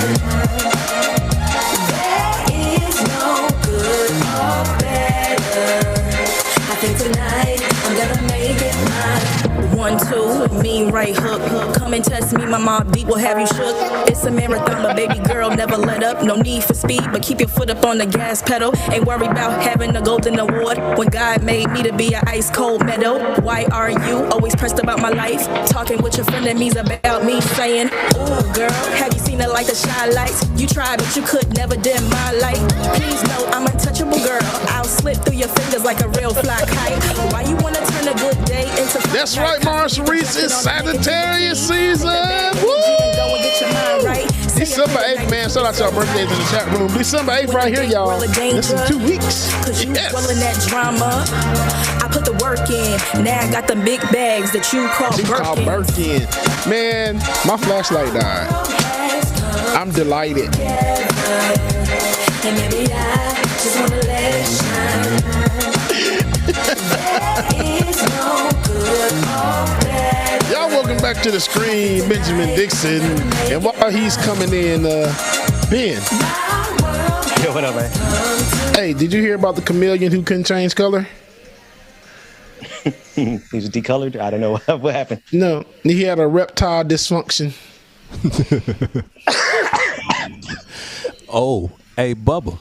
So that's high quality. That's high quality dad joke. I can officially get in on the dad jokes with you. Yes, we're gonna have a dad joke off one day. Yes. Congratulations, the voice of God in the background, Dwayne. And Ben got to get in there too. Is a proud new papa. Ben got to get in. What's that?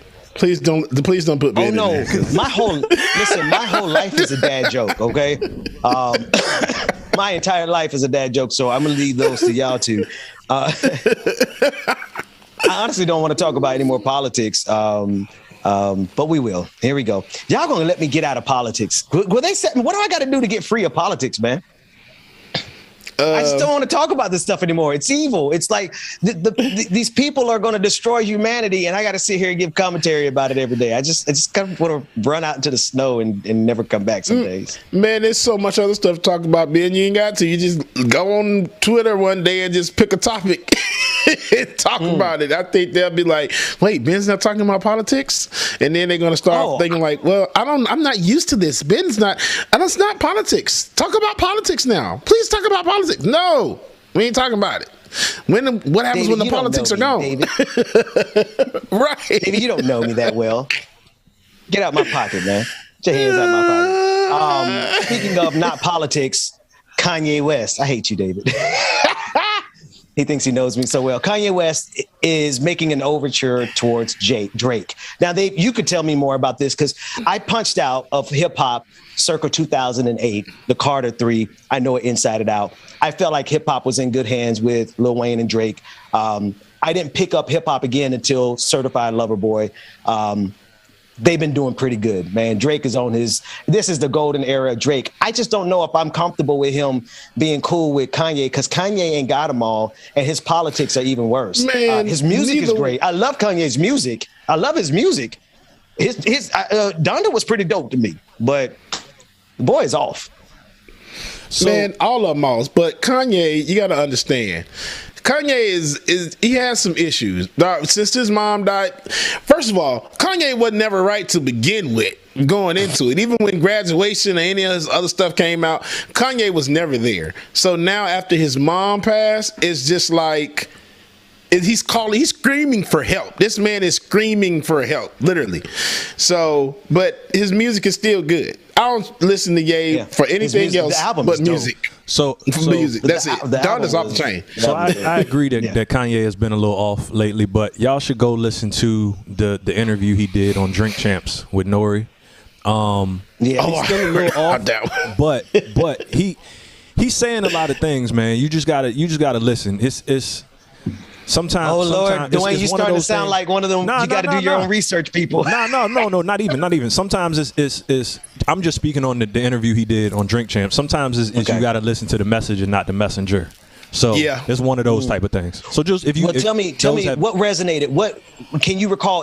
What message resonated from Kanye that stood out and said, okay, he might be off, but this is a good point. Just all like it was a lot of the undertones of like just ownership and how things like that. But it was 3+ hours. But, so I mean, and I listened to a lot of it. I listened to a lot of it, and I guess. I don't know, like he made some good points about ownership, but he don't give credit to nobody on this. I don't know any of the guests on his album. You got to play a guessing game, like whose voice is that? He doesn't give credit. Every song, it doesn't matter if there's 12 artists on that song. It's just going to say Kanye. But a lot of people are doing that now. I think it's intentional. If you look at the albums that are coming out recently, a lot of people are doing that. Like if you look at the track list, it doesn't show who the features are. You got to actually go listen to it, or they'll put it out weeks after the album has come out. Weeks after, and you'll have to go on the internet and research it. It's several artists that do that now. They don't put out their guest features anymore. Yeah, but you got to understand, Ben. Big Sean, you got to understand. Complained about that. Yeah, go ahead. Yeah, you got to understand. It's a way to make money because then, and I like it that way because once you listen to a track, you don't know who the hell's going to be on there. Beyonce does the same thing. You don't know who Beyonce about having a track with her. She just dropped that damn album and then boom, it's going to blow up.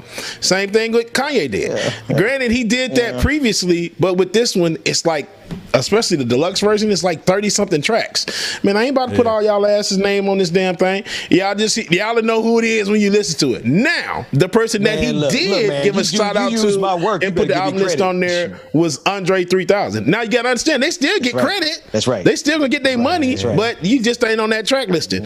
Now, when he put Andre 3000 on there, he had to pay respect where respect was due for that one, because that's some money.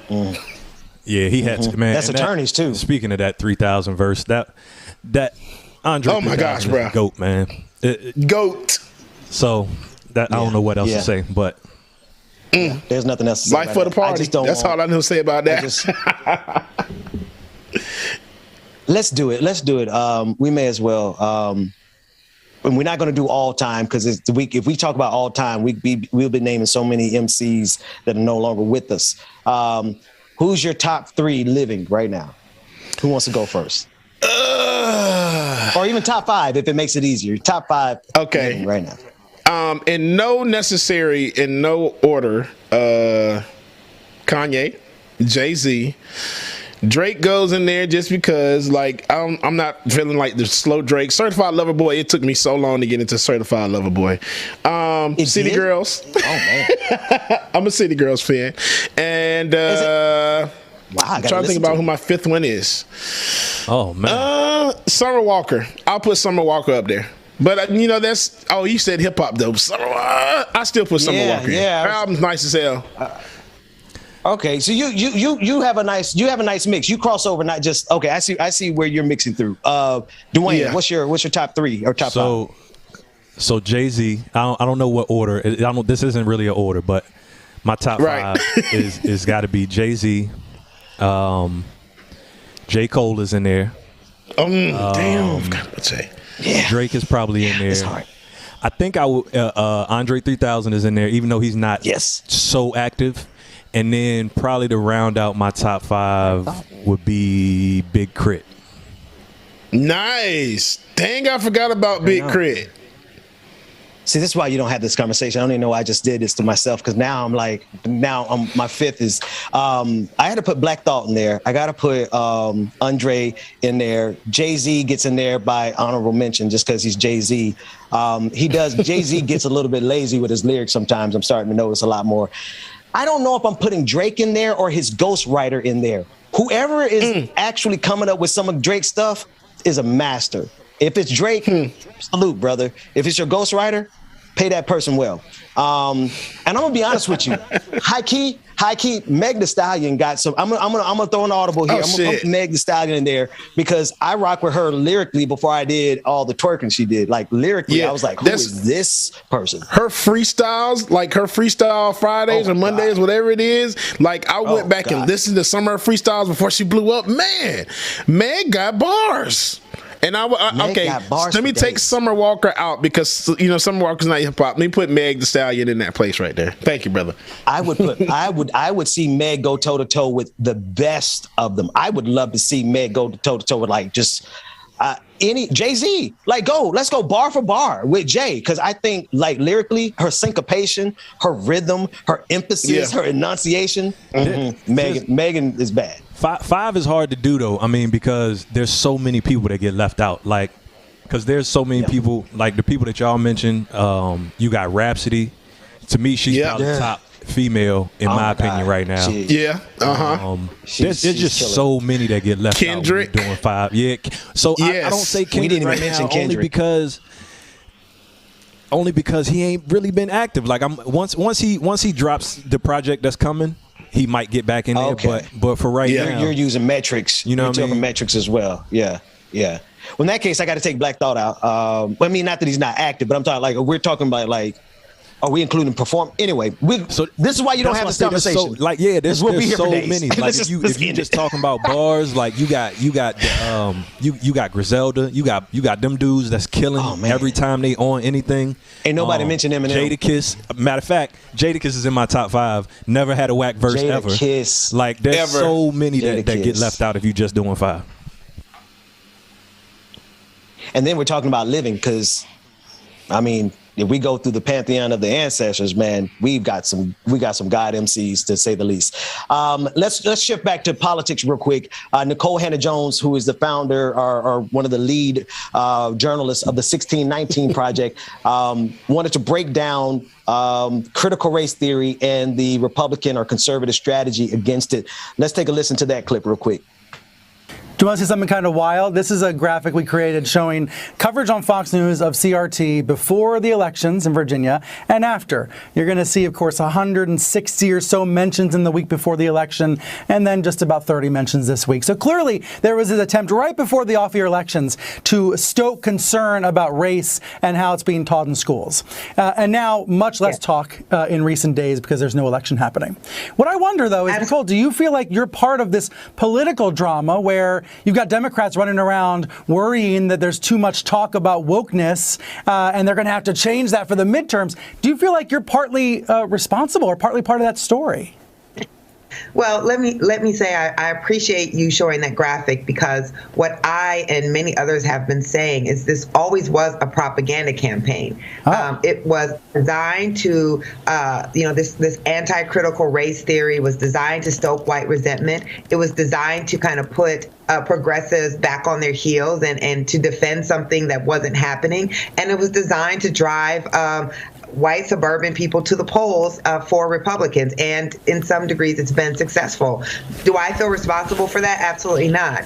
A project that is seeking journalistically to force us to grapple with our history cannot be responsible for bad faith actors deciding that they are going to try to whip up white resentment. In fact, if you read the 1619 Project, you know that race has been the oldest wedge issue in America, and it still works. That's right. And it's wild. I'm listening to her. They're trying to blame. They're trying to say because she was one of the lead journalists and the lead thought creators of the 1619 Project, that the subsequent response from these white supremacists, which has been, oh my God, critical race theory is an abomination. That's the response. They're trying to say that this sister is responsible for it, for the white supremacist response. And I love how she said it. She said, no, we're not responsible for the adverse reaction from these, she didn't say barbarians, but I'm going to say barbarians. They're going to do it anyway. They're going to react negatively anyway. They're going to lie. That's what gaslighters do. Gaslighters gaslight. And that's what conservatives, that's what they're doing all over this country, man. Excuse me. JP from Michigan. I think I know. Thank you. I think I know who this is. JP, what's going on, my brother? Man, why is it that you going to change up from the top 5 on me and go to some critical race theory? Top 5, Tupac. Give me your top 5. Scarface, Ice Cube, Rakim, or KRS-One. I'm sketchy on who get in. That's the old school. That's a good right top there, 5. You threw in one of the deceased. That's why I didn't want to include the deceased, because if you're talking about, Tupac and Biggie, they already going to take up 2 of the top 5. But that's a good list you got there, brother JP. What's on your mind? I'll go ahead and honor it right then. I'll take out Tupac and I'll let Chris come in with my philosophy. So here's what I would say, and this is this. So here's the cue on where we are right now, right?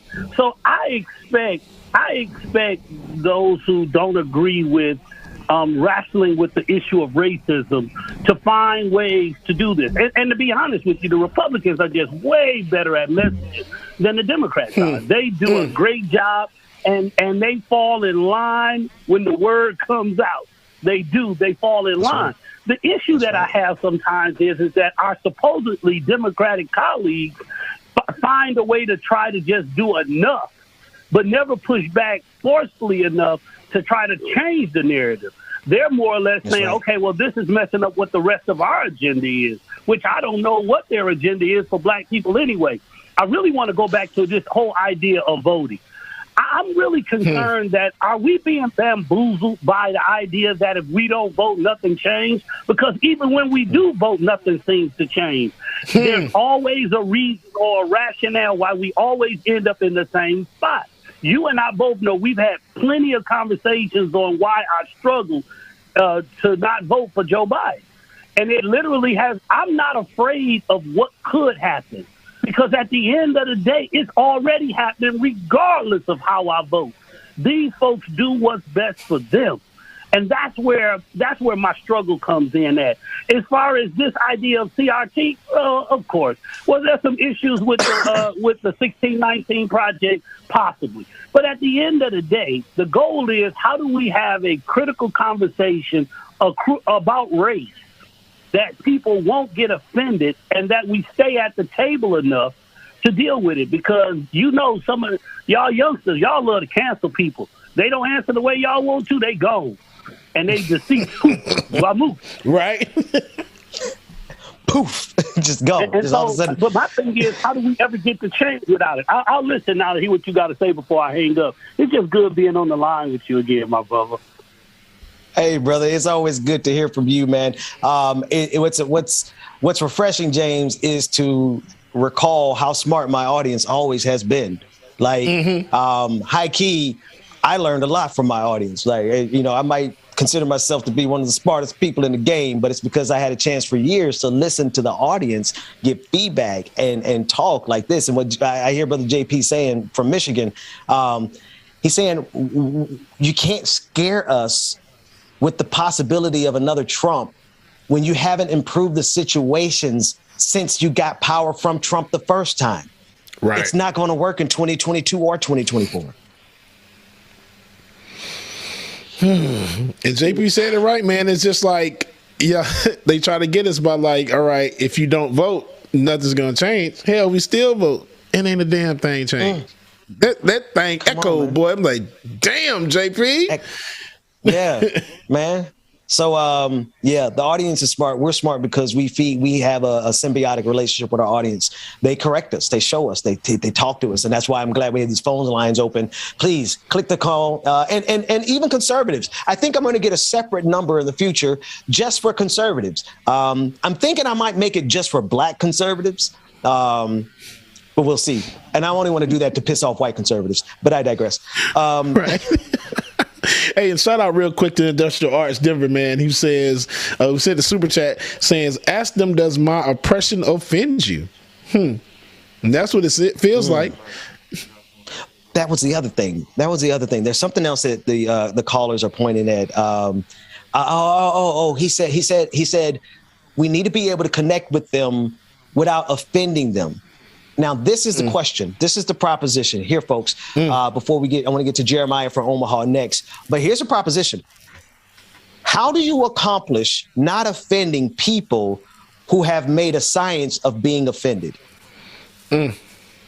They will always be offended, which is why I'm going to take great joy in offending them over the next couple of years. God, give me strength.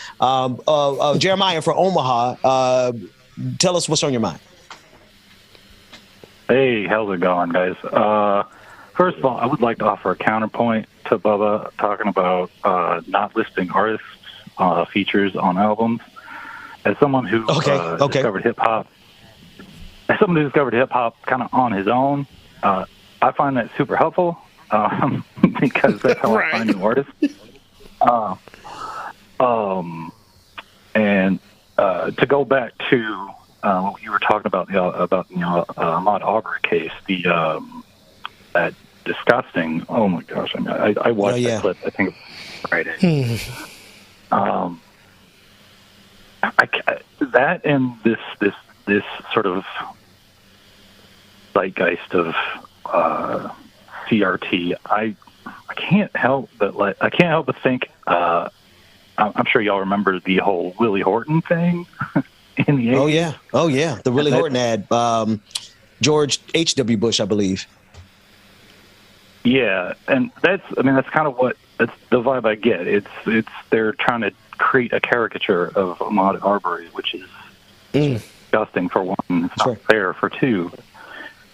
And then I think lastly, as far as CRC goes, I am a grad student. I'm actually in seminary, but I'm in a graduate program, at a evangelical seminary of all places. But yeah, God bless you, brother. I'm praying for you.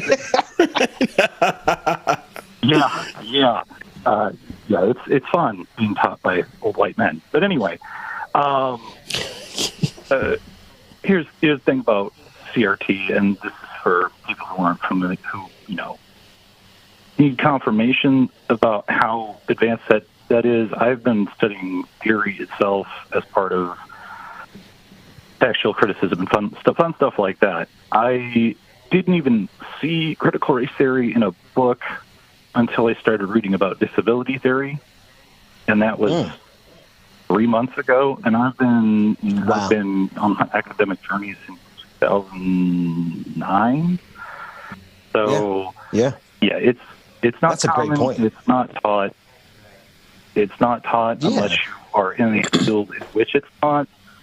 And even then, especially in an evangelical seminary, it's not taught at all. So, there's that as well. And it's not taught at all. Yeah. Hey, Jeremiah, that's a powerful name, man. Thanks so much thanks so much for that call and that information and that perspective, right? That's the thing, James. Is that I'm hoping that a lot of more good white people, white people of good faith. And notice I'm not saying white liberals. I'm not saying white progressives. I'm not saying white conservatives. I'm saying white folks who could just see what wrong is wrong. Right. And an injustice is an injustice. I believe that this Kyle Rittenhouse decision is going to open the eyes of a lot of other people who were like, is America really racist? And now they see it and like, oh, hell yeah, this country is racist AF. Yeah. I don't know how y'all see that. And yeah, Jeremiah, thank you again for your call. But yeah, you're right. Going back to what you said about the track listing, because I will say, and I will admit that, Ben, you saw it too. I will admit that listening to Kanye's album, like if it wasn't for a friend listening with me, I would have not known half of the people that's on the album. I'm like, who is that? Like at least I own at least about 10 songs. yeah, we in trouble. But it's because a lot of them are like the millennial rappers, the new age rappers. So I don't know a lot of them anyway. So it just took him a minute to go through. Like, you know who that is? No, I don't know who that is. Like I can tell all to everybody else. Cuddy. Drake. I mean, not Drake, but whoever else is on there. But these new age kids, nah, I don't listen to that. The backpack rappers. David. The backpack. Man, listen, I still don't know who those rappers are on Kanye's album because he ain't put nobody's name in them. I need the names. I was trying to get back into hip hop and he don't want to list who all those people were on his album. But I digress. Folks, we messed up. We're in trouble and we need your help. David, I need you to get Olay's handle, her Twitter handle, so we can send her some love. We had a guest who was supposed to come on this morning who sat in the waiting room and we missed it because we just did a whole bunch of stuff. And we love our sister Olay. She's doing some amazing work in New York as a public defender. And she's bringing so much focus and emphasis onto Rikers and the atrocities that are happening in Rikers. And not only that, she's on all of the major networks, just speaking truth to power. And we missed her this morning. That's on us. Please go to her Twitter timeline and apologize for us and tell her how much we love her because we definitely want to get her back because, damn it, I don't like dropping the ball like that. My bad, sis. And the bad part about it is that the calendar invite popped up while we were on the screen, and I was going to say, and that was like and that was right when you said Rebecca wasn't coming on, so I figured that Olay wasn't coming either. So it's gonna come off hella misogynistic too, because there's all these men on the screen. We have not one sister on the screen. God damn it! Hey, we can't make mistakes like this, people. No, I'm joking. Her Twitter handle. But we love you, MSOLurin. MSOLURIN. Give it to me one more time. Her Twitter handle is. It's in Slack. Yeah. No. Say it again. Just say it again. MSOLURIN. Yeah, there we go. David said, I ain't gonna say nothing for you, black man. Shut the hell up. David was like, I said it once. I'm not. Like, I ain't gonna repeat my goddamn self. I don't like repeating myself. What the hell you talking? That's like he got some voice in his bass. Some bass in his voice. What's going on here, man? All right, y'all. We do have one of our favorite. But seriously, y'all show that sister some love, and I'm going to go personally do it myself as soon as we get off the air here because she has always been a great support for the show, and she's doing some amazing work, and we want to bring attention to those issues because if you ask me, man, I want to start a project. So many of our brothers that are in Rikers right now, they're there because they just simply can't afford to post bail. And so I'm hoping that one day in the future, we can start a program where we start posting bail for them and getting them out of there. And if there is a program that already exists like that, I want to bring them to the front and let's push them so that we don't have to recreate the wheel. Because if it's a money thing, I know there's a lot of, hey, good white people of good faith. Let's do some good with all of that extra money that you guys have. Don't get any non-fungible tokens. Okay? No NFTs. If there's a single good white person in our audience who spent like $1 million on an NFT, I need you to go to patreon.com/like it or not and put it there or put it in somewhere good. Put it to use, folks, because we honestly can do some good with the resources that are out here. And I'm thinking specifically of the project that I want to do with Rikers. And the first person that comes to mind is Olay Olurin. Show her some love on Twitter. That's all I got for the main show. We're getting ready to get out of here. Before we get out, go ahead. Ben just be going. God damn, Ben, slow down. Shit. We got B on the line. Yeah, before we get, one of our favorite people is on the line. Caller, go ahead and introduce yourself. Okay. Hi, excuse me. I'd like to speak to the manager, please. Ben, I think that's for you. Right, David. I'm going to see y'all tomorrow. Yes. What's going on? B, we're not holding you back. Go for it. Hi, this is B. I just wanted to say that I think it's a gross mischaracterization for you to assume that there's anyone who spent $1 million on a picture of a monkey who is also a good person. That's just not the world we live in, Benjamin. They could just be naive, B. Maybe they just don't know where they can send that $1 million, and I'm trying to let them know. Don't spend it on the digital token. Ben, you and I both know you're too old to be naive at this point. No, I'm saying maybe they are naive. Maybe they're not bad people. They just don't know what to do with all that money. Yeah, no, I'm not naive. No, I don't think so. No, yeah. Anyway, what I really wanted to say is that, like, white supremacy is bad for literally everyone. And I speak as someone who has never fit the definition of whiteness well, because the definition of white supremacy also includes misogyny. It includes homophobia. It includes transphobia. If you are any sort of different, it is unacceptable. And white supremacy will try to eat you. And unfortunately, there are just too many cishet Christian white people walking around in a bubble, completely unaware of the world around them. And it's time to wake up, people. It's time to wake up. It's time to look at the facts in front of you, reckon with reality, have the difficult conversations, feel uncomfortable, learn, grow, and move on. Please. Thank you. Say that, B. And say that. It's just so frustrating because I fully accept and acknowledge the fact that I'm in a unique position, that I've been given perspective in ways that a lot of white people are not. But we have Beyonce's internet now. You can go and find some perspective if you're really looking. So I'm just saying, it's time to do the work. Yeah. And also, I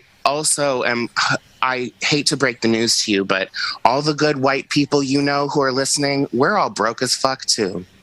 I ain't got no money. Y'all get $3 from me every month, and it's a hardship. So, hey, B, we still appreciate that $3, B. Be grateful for what you get, because it ain't gonna be much. He said she broke as hell. She said, "Don't ask for nary extra dime, nary extra dime, not 301." Broke. Y'all are lucky you get this $3.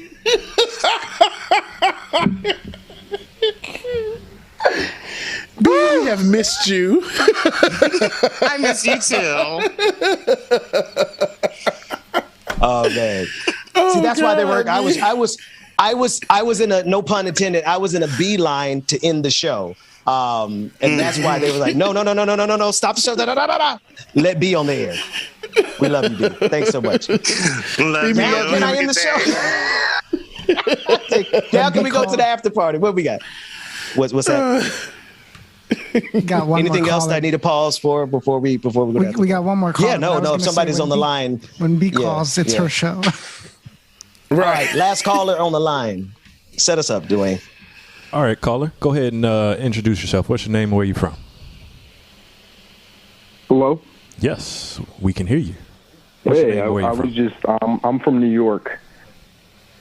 What's your name there, bro? Thanks for calling in. What's on your mind? There might be some people on the line. Yeah, I just called yesterday because I got in a little bit late. I just wanted to ask, one, what do you think about, what's your prediction about the verdict for the Ahmaud Arbery trial? And two, do you think that the Arbery and Rittenhouse case really show the dangers of building, because I know Ben's on the progressive left, of building a movement that's so class-based that we end up having people like, Greenwald and Taibbi and Tracy who end up just being complete charlatans, and we let them in because, they have the right takes on class? Because I'm just alarmed at how many people, because everybody who's gone bad from the left has been one of these people who never really had a race-based focus. And, I appreciate you and Tim Black and Terrain and all that, but I've just noticed that pattern, that it's just been so consistent.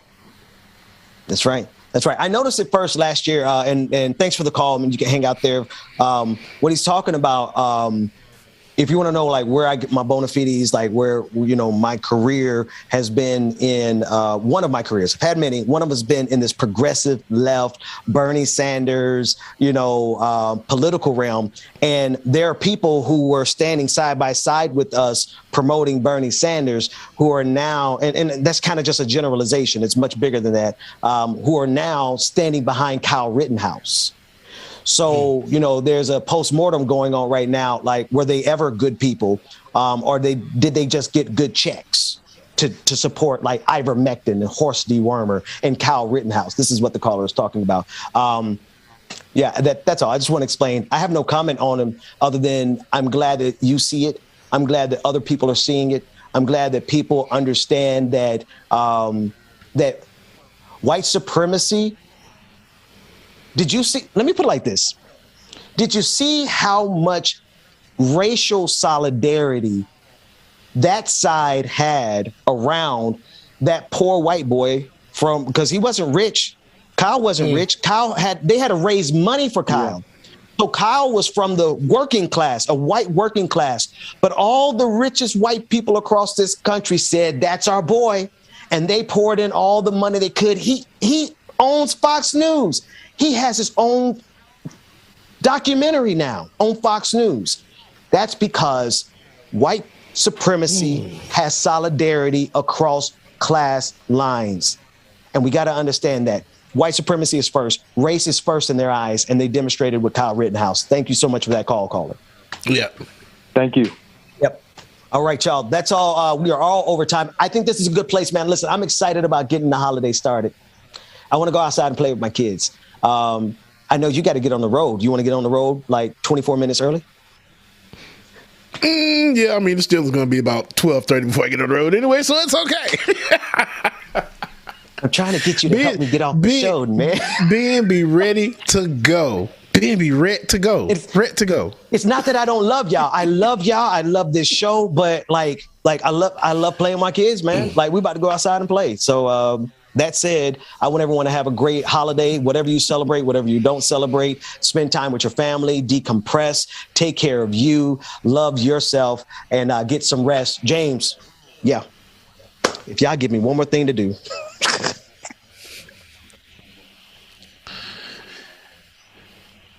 We got some more. I'm about to say I did the first set already, but David, if you can send me those new ones, yes, because it looks like we got some more new. Oh, maybe David didn't hear me do the patrons the first time.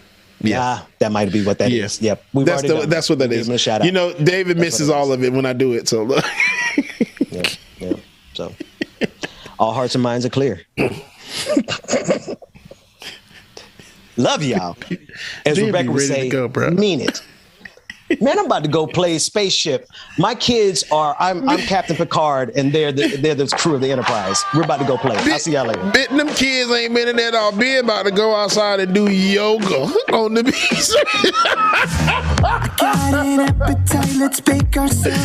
All right, y'all. We love y'all. Mean it, man. Y'all make sure that y'all be safe this holiday weekend. Y'all take care of yourselves. Y'all have fun. Enjoy yourself. Eat a lot of good food. And eat a lot of good cake, man. And stay black, stay powerful, stay white, stay powerful. Whatever it is you need to do. Love y'all, mean it. Hey, a real quick affirmation for the day and the rest of the week is I am grateful for the opportunity to align myself with peace, joy, and prosperity. I am grateful for the opportunity to align myself with peace, joy, and prosperity. Love y'all, mean it. Enjoy. Y'all break, man. We'll see you on Monday. Like 5,000 degrees. It's almost ready. We've been craving. It's our week. Oh, you want it, I got it. I'm hooked on you like phonics. Gotta be honest, you're on it, and this ain't no time to be modest. Hope that, push that, shake that, girl. Take your last name, let's hyphenate it. Oh, need a recipe. Whip that cream, baby. Pour that sweet on me, baby. Shade it. We can cook up, we can serve up when we hook up.